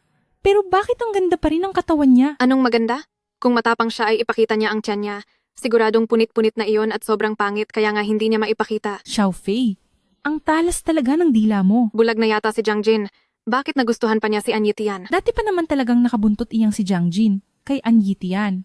Xiao Fei, di ba hinabol mo rin si Jiang Jin noon? Pero kahit sulyap ay hindi niya ginawa sa'yo. Si Lou Bacon ang fiancé ko. Wala pang binatbat si Jiang Jin sa kaniya. Jiang Jin, di ba dati mo palihim na mahal ang ate ko? Ngayon ay may 3 na siyang anak. Isang matanda ang tunay na ama ng mga bata. Bakit hindi ka makipag-usap sa matandang iyon? Para makita kung pwede mo ring mahiram si Anyitian? Annie Faye. Ang baho ng bunganga mo, bumaba ka rito at maghugas ka. Tian Tian, gusto kita. Kahit totoo mang may 3 kang anak, ay wala akong pakialam. Jiang Jin, nababaliw ka na ba? Nagawa mo pa akong itulak. Si Lou Baichen ang fiancé ko, ano ka ba kung ikukumpara sa kaniya? Nasabi mong fiancé mo si Lou Bacon kung talagang mahal ka niya. Papuntahin mo siya rito kung matapang ka talaga. Tama nga naman. Lagi siyang nagpapanggap na fiancé ni Lou Bacon. Hindi naman natin alam kung totoo ba iyan. Baka niloloko lang niya tayo. Kung tatawagan ko si Lou Bacon, siguradong hindi siya papayag na pumunta rito. Bakit hindi papuntahin ni Anyitian ang tatay ng 3 niyang anak? Ngayon din ay tatawagan ko si Lou Bacon para pumunta rito. Wala kang pakialam kung sino ang ama ng mga anak ko. Jiang Jin, nakita mo na?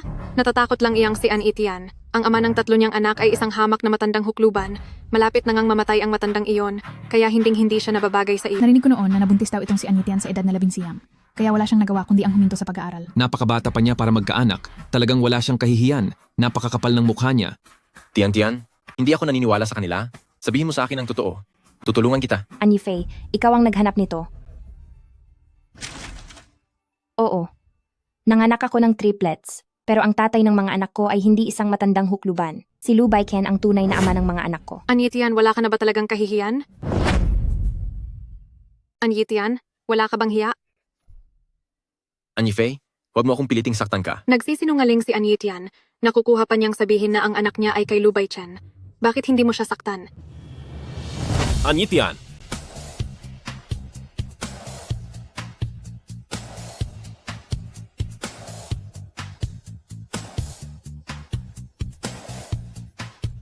umiiyak ang mga bata. Titingnan mo ba talaga sila o hindi? Bakit nandito si Lu Baichen? Si Anyitian lang ang tinawag ni Lu Baiken, hindi tinawag si Anyifei. Ano bang relasyon nilang tatlo? Ang mga bata, ang 3 anak ni Anyitian ay kay Lu Baiken talaga. Bakit siya pumunta rito ng diretso? Narinig ba niya? Patay na, patay na. Gawa-gawa lang ang lahat. Para lang mapahiya si Annie Faye. Baiken, sinundo mo ba ako?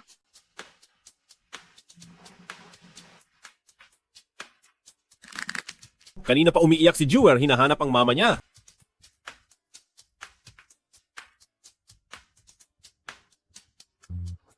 Nasaan ang anak ko?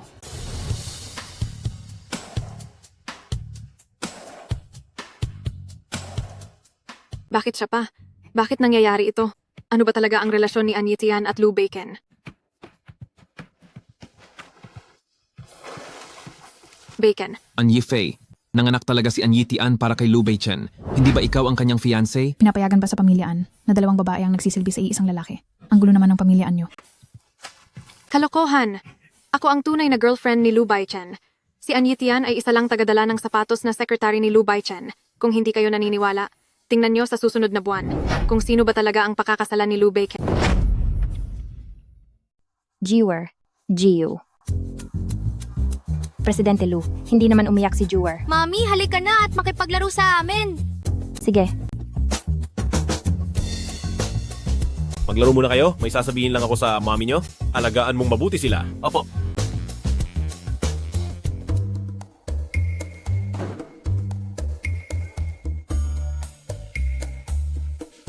anong ginagawa mo?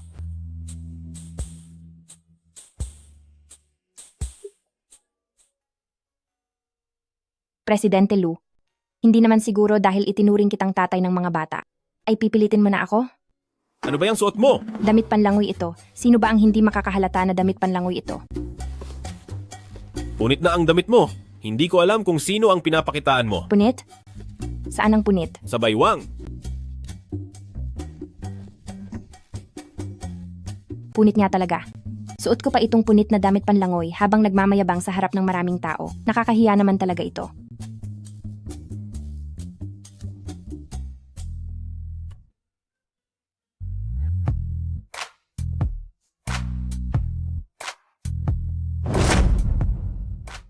Narito ang mga bata. Hayaang na lang siyang isuot iyon kapag may pagkakataon na ulit.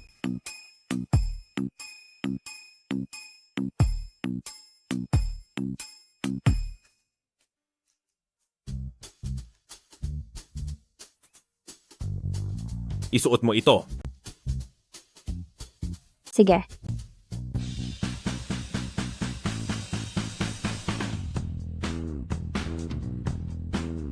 Ay, mag-ingat ka.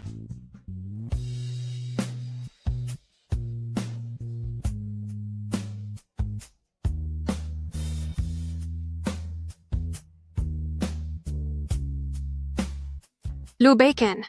Lu Baiken, bilisan mong buksan ang pinto.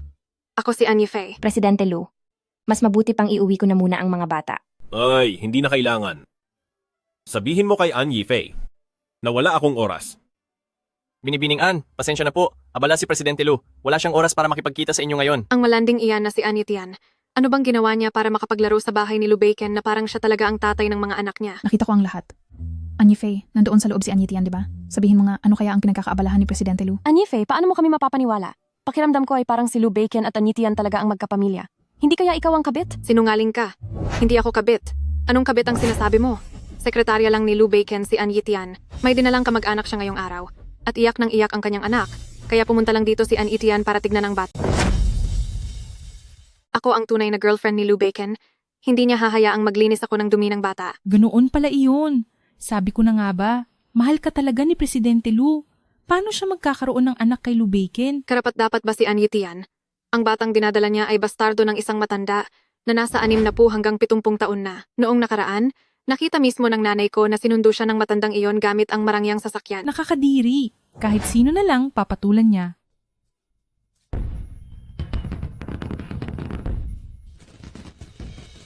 Jiwar, huwag kang matakot. Maganda ang mga paputok na ito.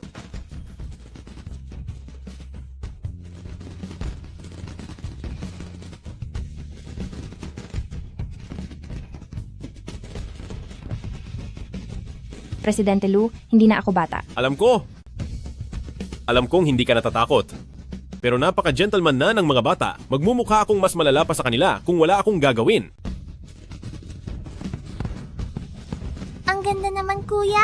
Ngayon lang ako nakakita ng ganitong kagandang paputok. Siguradong si Tio Lou ang naghanda ng mga paputok na ito para ligawan si Tian Chan.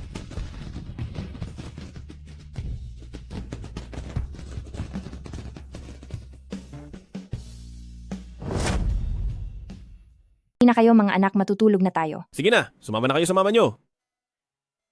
Magandang gabi po, tito. Magandang gabi. Hali kayo. Deng Liang, sa tingin mo, alin ang mas mahalaga, pag-ibig o pamilya? Presidente Lou, ngayon ko lang kayo nakitang ganito kaseryoso sa isang babae. Kahit na may mga anak na si Binibining Tianchan, mabuti pa rin ang trato nyo sa mga bata. Pero ang katawan ng matandang amo ay maaaring bumigay anumang oras. Ang pag-ibig ay napapalitan, pero ang pamilya mong mahal sa buhay ay iilan lang. Ang gusto lang ng matandang amo ay ang panganay na binibini ng pamilyaan. Baba na kayo? Halika rito, Jewel. Salamat po, tito. Walang anuman. At ikaw rin? Salamat po, Tito. Walang anuman. Presidente Lou, salamat po sa pagdala sa amin sa bahay niyo. Salamat po, Tito. Walang anuman. Sekretaryaan, galingan mo na lang sa trabaho. Sa susunod, ituring mo na lang iyon bilang pasasalamat sa akin. Huwag kayong mag-alala, Presidente Lou. Gagawin ko ang lahat at handa akong magsilbi sa inyo ng buong tapat. Alis na ako, paalam, paalam. Paalam po, Tito. Paalam.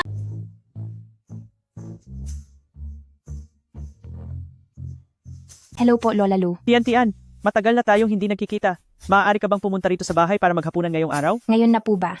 Oo, isama mo ang 3 mong anak dito sa matandang mansion ng pamilya Lou.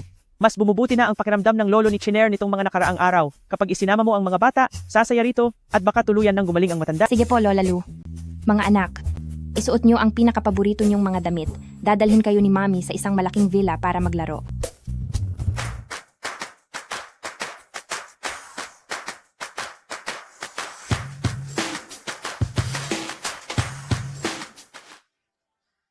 Mahal na Reyna, pupunta ba tayo sa party ng prinsipe?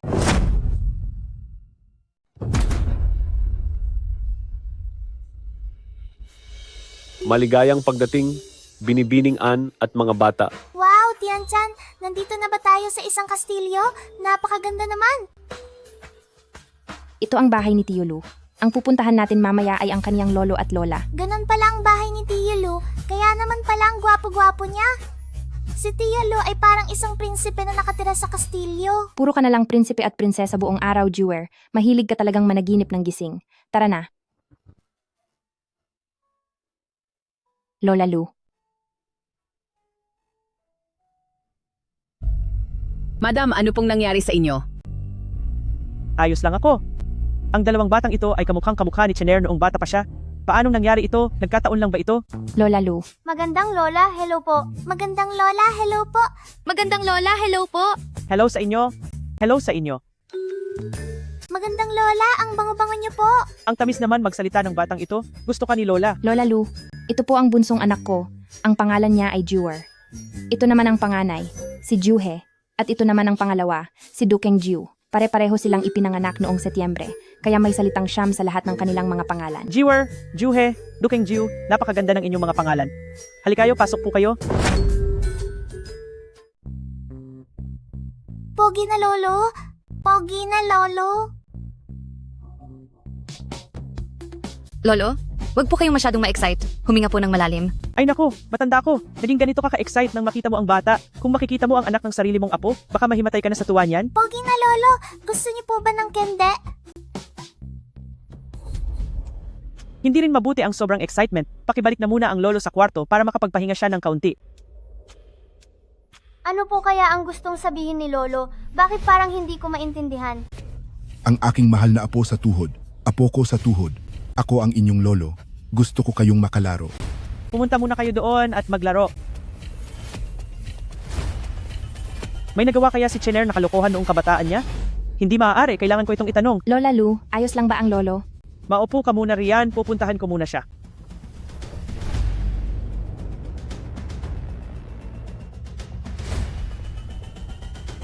Hello po Lola, ano po ang nangyari?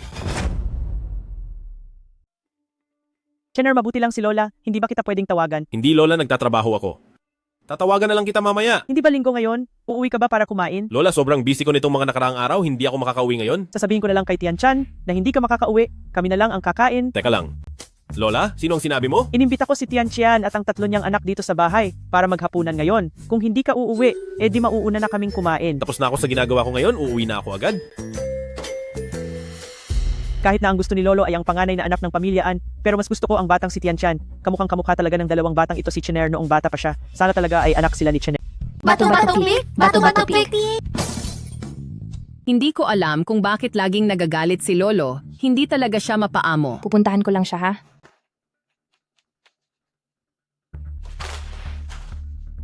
Lolo Lu, anong nangyari sa inyo? May masama ba sa pakiramdam nyo? Poging Lolo, kain po kayo ng candy. Sasaya po kayo kapag kumain kayo nito. Hindi po mabuti ang laging nagagalit. Hindi magandang magalit. Hindi ba matamis ito? Kapag matamis, gagaan na ang pakiramdam mo. Lolo, wag na tayong magalit. Okay po ba? Lolo, nakatayo po ang buhok niyo rito. Lolo, siguradong napakagwapo niyo noong kabataan niyo, di ba?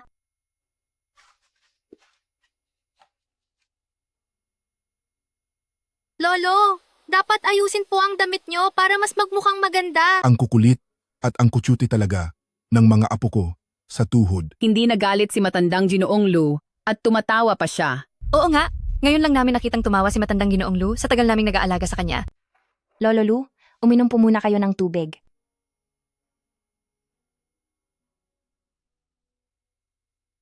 Mas mabuti na ba ang pakiramdam nyo ngayon?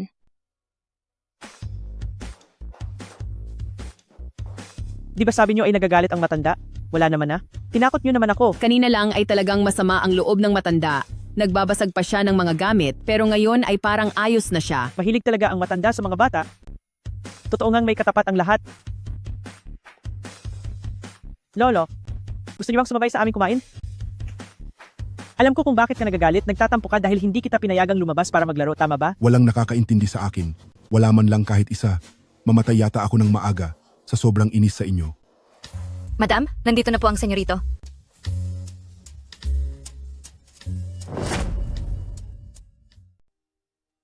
Tio Lu, Jiwer! Halika rito, payakap kay Tio Lu. Tio Lu, nakabalik ka na pala. Buka ang bibig. Tio Lu, ang laki naman ng bahay niya, parang kastilyo.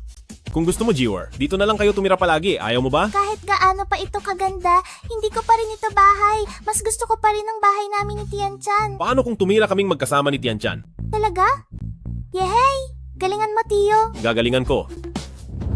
Lolo, narito po ako para bisitahin kayo. Mga anak, labas muna tayo para makapagpahinga si Lolo. Halina kayo. Lolo? Mukhang maayos ang pakiramdam nyo ngayon. Sana ay makapagsalita na kayo agad. Ikaw na bata ka, nasa harap mo na ang asawa at mga anak mo. Pero hindi mo pa rin sila pinapakasalan para maging legal ang lahat. Yung Anyitian na iyon ay sekretarya ko lang. Ang tatlong batang iyon ay mga anak niya. Kung gusto nyo sila, pwede ko siyang pasamahin sa mga bata rito para mawala ang inip nyo. Kung gusto nyo na ako mismo ang mag-aanak para sa inyo, pasensya na po. Dahil nitong mga nakaraang araw, hay nako, masyadong maraming trabaho kaya nanghihina ang katawan ko. Wala talaga akong magagawa. Kailangan ko ng magpalakas. Para lang hindi magkaanak kay Anyife, kung ano-ano na ang lumalabas sa bibig mo. Sekretarya sumunod ka sa akin sandali.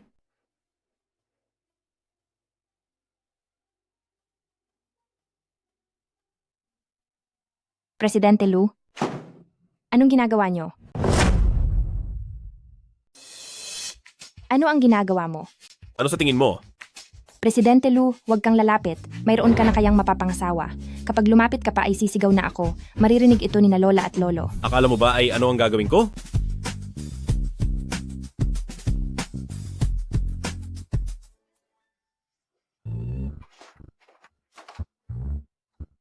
Kahit na napakagwapo mo, pero ang lalaking pagmamayari na ng iba ay hinding-hindi ko kailanman papatulan. Tulungan mo ako maglagay ng gamot. Bakit ang laki ng pamumula na ito sa iyo?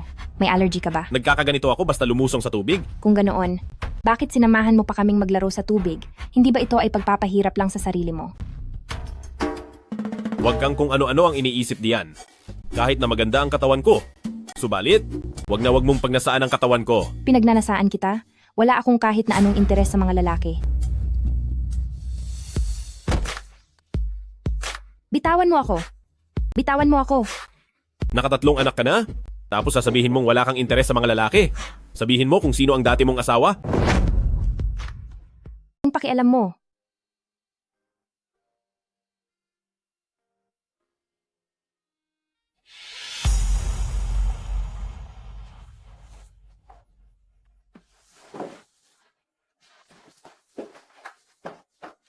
Hello? Anong nangyari? Presidente Lu, may option na Western at Chinese ang banquet hall para sa kasal niyo ni Binibining An sa susunod na linggo. Kahit ano.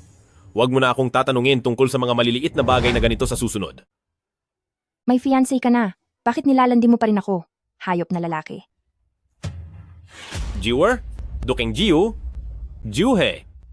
Nasaan si Lola at ang iba? Mukhang may kailangan gawin si Tianchan, kaya inuna na niyang iuwi ang mga bata. Sige!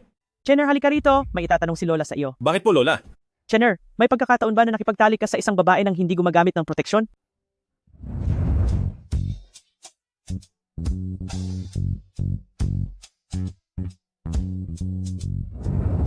Hindi ganoon, Lola. Huwag niyo na pong pakialaman ang bagay na ito. Nakikita ko na kamukhang-kamukha mo sina Juhe at Dukeng Ju noong bata ka pa. Sa tingin mo ba ay baka sila ang mga anak mo?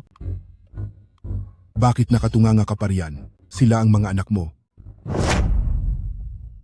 Gustong-gusto ng matanda si An Yifei, baka mamatay sa galit ang matanda kung malalaman niyang sarili niyang dugo ang tatlong batang iyon. Wala, Lola, masyado ka lang nag-iisip. Kahit na napakagwapo rin ng dalawang batang ito, pero dahil mga bata sila, hindi ba't magkakamukha lang naman silang lahat? Mabuti nang alam mo ang ginagawa mo, pero wag mong hahayaang mabuntis ang isang babae nang hindi mo pinananagutan. Napakahirap magpalaki ng anak ng mag-isa. Lolo? Lolo? Anong nangyari, Lolo? Lolo, hindi na ako magsasalita, hindi na ako magbabanggit tungkol doon. Masusunod ang gusto mo, papayag na akong pakasalan mo si An Yifei, okay? Tulong, may tao ba rito? Gising. Tumawag kayo ng ambulansya. Kumusta siya? Lolo, hindi maganda ang sitwasyon. Bacon, wag mo na laging ginagalit si Lolo kung wala namang dahilan. Hindi na talaga pwedeng masyadong ma-stress ang matanda. Patawad po, Lolo. Kasalanan ko ang lahat. Nitong mga nakaraang araw, meron bang anumang bagay na makapagpapasaya sa matanda? Sa susunod na linggo, ay ikakasal na sina Beichen at An Yifei. Ito ang bagay na matagal nang inaalala ng matanda. Mabuti naman, sana ay magising agad ang matanda gamit ang kanyang matatag na kalooban.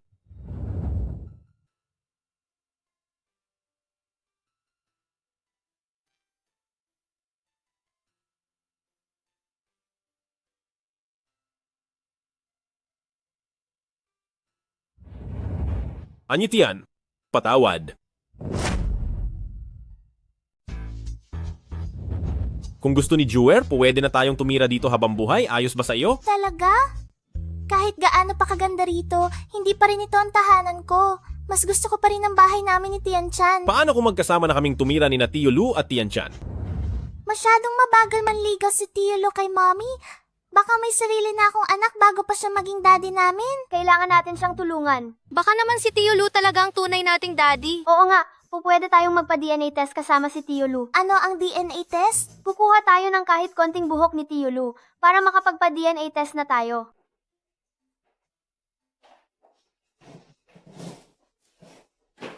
ito ang tanda ng pagmamahalan na ibinigay ni Daddy kay Mommy. Kung si Tio Lu talaga ang daddy namin, siguradong makikilala niya ang singsing na ito. Wow! Ang galing mo talaga! Napakatalino mo! Jewer, Dukeng Ju, palihim ninyong puntahan si Tio Lu. Habang magbabantay ako rito sa bahay, baka biglang dumating si Mami. Sige! Ang laki naman nitong laruang brilyante. Tio Lu, malapit na kami ni Dukeng Ju sa opisina mo. May kailangan kaming sabihin sa'yo. Kumusta po? Gusto ko sanang magpa-appointment para makita si Presidente Lu. Kaninong bata ito na nanggugulo rito? Busy ako, umalis ka nga riyan. Mukhang kailangan na lang nating hintayin si Tio Lu. Nasunduin tayo rito sa baba. Ito na ba ang dokumentong inihanda nyo sa loob ng 1 linggo? Gawin nyo ulit lahat.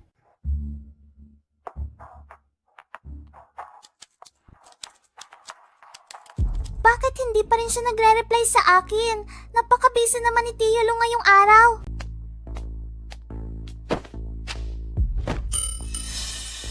Nakakairita naman.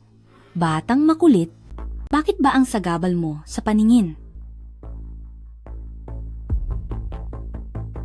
Sobra ka na. Bakit ka naninipa? Humingi ka agad ng paumanhin sa kapatid ko. Ako, hihingi ng paumanhin sa inyo? Ako kaya ang paborito ni Presidente Lu rito. Kayong dalawang pampagulo, lumayas na kayo rito. Hemp, masamang babae. Humanda ka ng masisante ni Presidente Lu. Anong sinasabi mo, batang paslit? Huwag mong isipin na hindi ako pumapatol sa bata. Mag-ingat ka, baka mapunit ko ang bibig mo. Masamang babae, humanda ka. Pasok. Presidente Lu, ito ang plano na ginawa ko sa loob ng 1 linggo. 1 linggong paghihirap pero ganito lang ang kinalabasan? Pumunta ka na sa accounting. Paumanhin po, Presidente Lu. Ayusin ko po ulit. Pakiusap po, huwag niyo akong sisantihin. Wala ka ng pag-asang maging matalino. Huwag mo nang ayusin. Umalis ka na. Masamang babae. Humanda kang masisante ni Presidente Lu. Sino ba talaga ang batang paslit na iyon? Bakit kung ano ang sabihin niya na masisante ako ay mangyayari nga? Anong sinabi mo? Presidente Lu, may 2 bata sa ibaba. Masyadong bastos at nanggugulo sa kaayusan ng kumpanya. Yung proposal ko na hindi natapos ng maayos ay dahil naabala nila ako. Mga bata?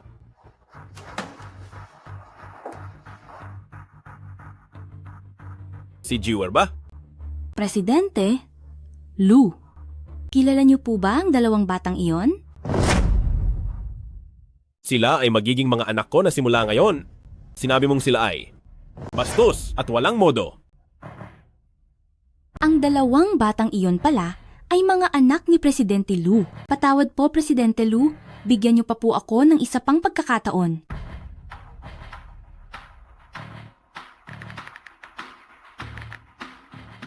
Erge, bakit mo sinabing masisante ang masamang babaeng iyon? Tinatakot mo lang ba siya? Noong nahulog ang mga dokumento ng masamang babaeng iyon sa sahig ay sinilip ko lang ng mabilisan. Hindi karapat-dapat na makita ni Tio Lu ang ganoon kapangit na panukala sa bidding. Kahit nakapikit ay makakagawa ako ng mas magandang plano kaysa sa isinulat ng babaeng iyon. Wow, ang galing mo talaga, Erge. Pababa na si Tio Lu. Sa wakas, ay makikita ko na rin si Tio Lu. Magpapa-DNA test ako kasama si Tio Lu at lalabas din ang katotohanan sa lahat. Mga pusa at poso, sana ay maging daddy nga namin si Tio Lu. Sa tingin ko ay kamukhang kamukha mo sina Juhe at Dukeng Ju nung bata ka pa. Sa tingin mo ba ay silang 3 ang mga anak mo? Hindi ko alam kung bakit ako gustong makita ni Jewer. Sana ay pumayag siyang magpa-DNA test kasama ako. Hello, kuya, anong sinasabi mo?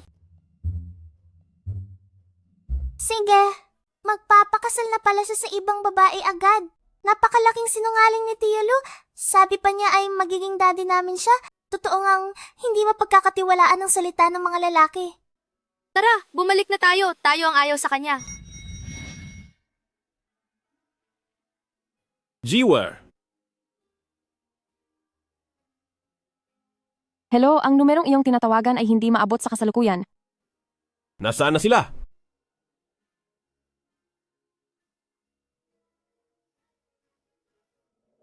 Ni-block ko na siya. Hinding-hindi ko na siya papansinin kailanman. Masamang lalaki. Sabi niya gusto niya ang tiyansyan namin pero nagpakasal sa ibang babae. Bubugbugin kita? Bubugbugin kita. Ayos lang, Jewer at Duking Jew, kaya nating tatlo na alagaan ng mabuti si Mommy. Ay, nasaan na ang singsing na ibinigay ni Daddy kay Mommy? Baka nahulog sa daan pa uwi.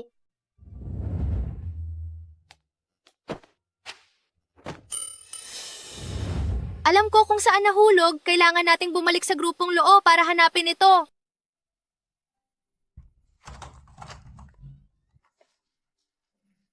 Mga anak, bakit kayong lahat ay nakatayo sa may pinto? Sinasalubong niyo ba ang pag-uwi ni Mommy? Opo. Miss na miss ka na naming Mommy. Si Presidente Lu ang naghatid kay Mommy pa uwi. Nagpa-park lang siya. Parang may kailangan sa inyo si Presidente Lu. Mommy, sobrang binigo kami ni Tio Lu. Maaari mo bang sabihin sa kanya na huwag nang pumunta rito sa bahay? An Yitian.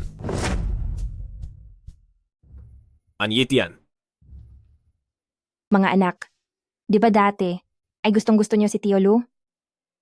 Jewer, ano ang nangyari sa iyo? Gusto sana naming maging daddy si Tio Lu, pero magpapakasal na siya sa ibang babae, kaya hinding-hindi ko na siya papansinin. Gustong-gusto namin si Tio Lu, pero binigo niya talaga kami. Kahit na hindi ito binabanggit ng mga bata, gusto pala talaga nila ng isang ama. Jewer? Juhe? Duking Jew? Pwede bang pagbuksan niyo ng pinto si Tio Lu? Jewer? Ano ba talaga ang kailangan ni na Jewer sa akin?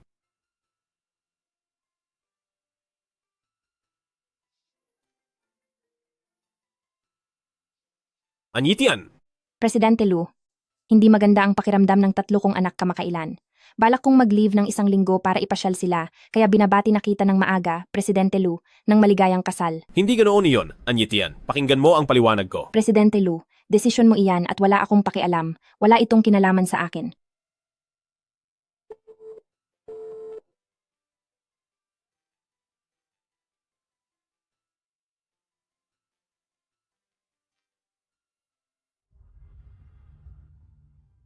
Mommy, patawad po na iwala ko ang singsing na may brilyante na ibinigay ni Daddy sa inyo. Ano? Kasal lang naman yan. Isang pikit at dilat lang ng mata ay lilipas din. Sabihin mo nga, bakit ba naiinis ako tuwing nakikita ko si An Yifei? Kahit 1 segundo ayaw ko siyang makasama. Sabihin mo sa akin. Ano ba ang nagustuhan ni Lolo sa kanya? Pwede naman mag-divorce pagkatapos ikasal, basta maghihintay si Tianchan sa iyo ng 3 o 5 taon. Napakabuti ni Tianchan. Bakit naman siya maghihintay sa akin? Anong karapatan ko? Saan ka pupunta? Babalik sa kumpanya. Mag-ingat ka.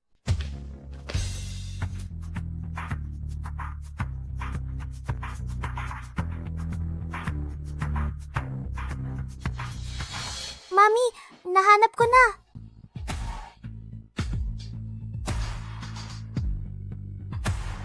Tara na.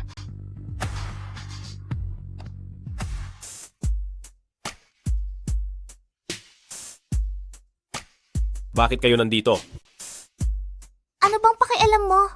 Magpakasal ka na lang doon. Ayaw ko sa'yo. Ayaw ko sa iyo. Ayaw ko sa'yo! Presidente Lu, nandito ako para asikasuhin ang resignation ko. Mabuhay na tayo ng kanya-kanya at huwag nang manghimasok sa isa't isa.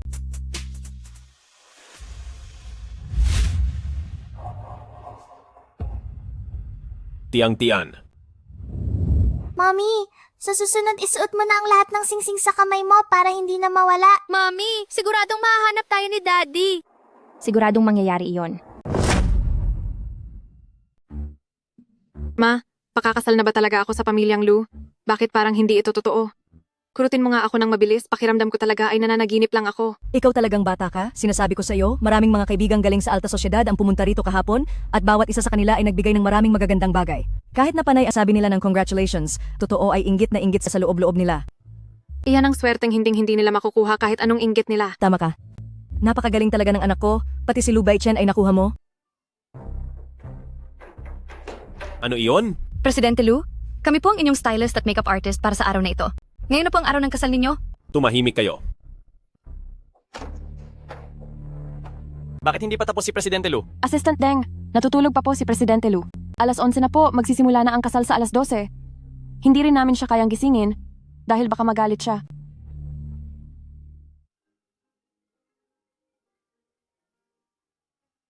Assistant Deng, anong nangyayari? Sekretaryang Ann, pwede ka bang pumunta sa bahay ni Presidente Lu? May kailangan kami sa iyo. Pasensya na po. Nag-resign na ako. Ano? Nag-resign ka na? Binibining Ann, tulungan mo naman kami kapag ikaw lang ang dumating. Tsaka lang babangon si Presidente Lu. Kapag ikaw lang ang dumating, tsaka lang siya hindi maninigaw. Pero kung pupunta si Binibining Ann, hindi naman kaya itatanan ni Presidente Lu si Binibining Ann? Pasensya na, hindi kita matutulungan. Kung may kailangan si Lu Bacon, hayaan mo siyang personal na pumunta rito sa akin. Mommy, nalulungkot ka rin ba dahil ikakasal na si Tio Lu? Ako, wala naman akong dapat ikalungkot.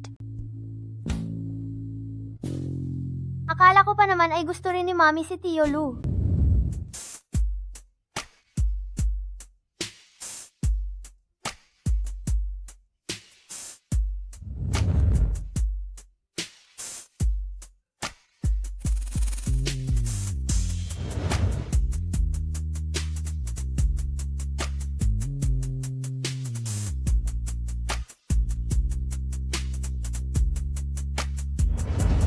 Ano naman ang silbi kung gusto ko man siya o hindi? Papakasalan na niya si Ann Yifei. At hinding-hindi ako magiging kabit. Hindi.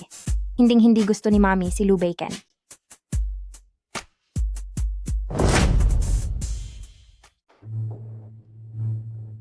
Presidente Lu, Tara na, pupunta tayo sa ospital?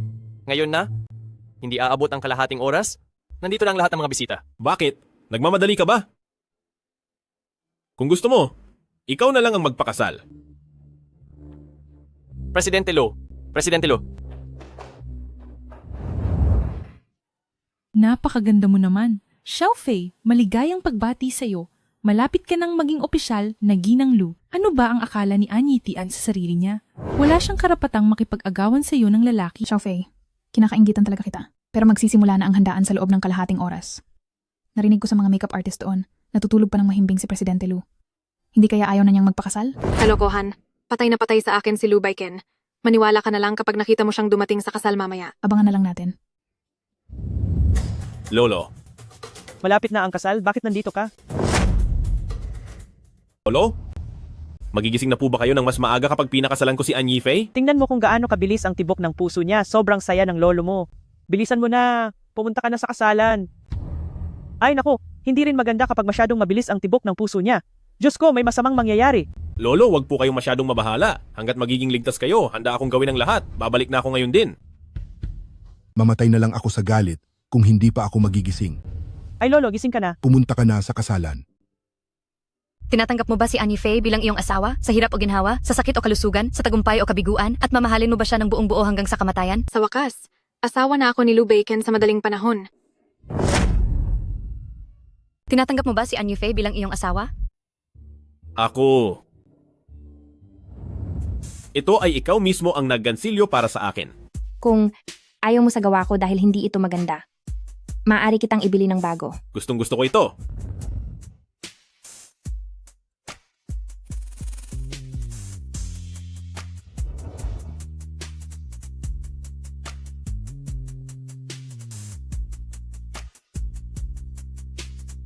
Presidente Lu, hindi naman siguro dahil itinuturing kitang ama ng aking anak, ay pinipilit mo na ang sarili mo sa akin? Hala, mag-ingat ka.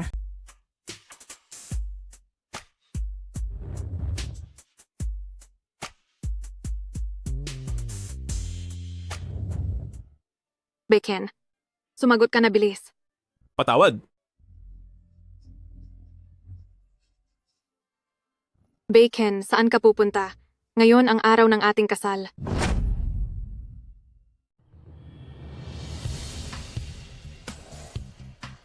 Lu Bacon, ang kasal natin ay mismong si Lolo ang nagtakda.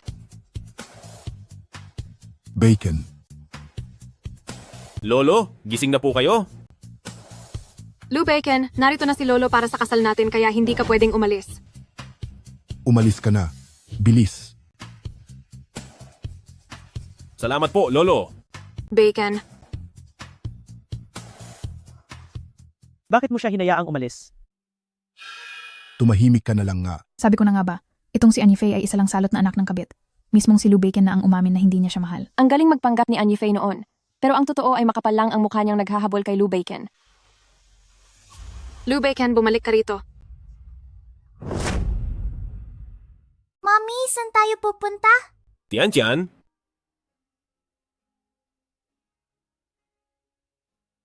Bakit ka nandito? Tio Lu, tumakas ka ba sa kasal?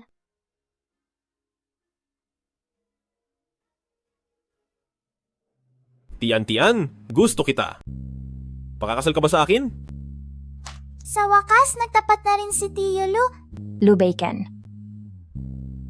Sa totoo lang, nagsinungaling ako sa iyo. Hindi patay ang ama ng mga bata.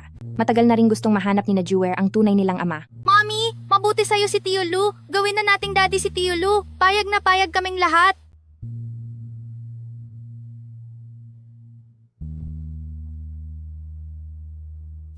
Tian-Tian, sa'yo ba ang singsing na ito? Oo, ibinigay ito sa akin ng tunay na ama ng mga bata 6 na taon na ang nakakaraan. Sa wakas, nahanap din kita. Ibinigay mo sa akin ang singsing na ito? 6 na taon kitang hinahanap? Sa wakas, nahanap na kita.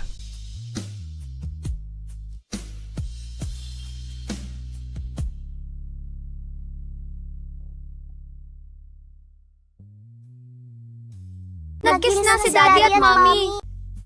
Nag-kiss na sila.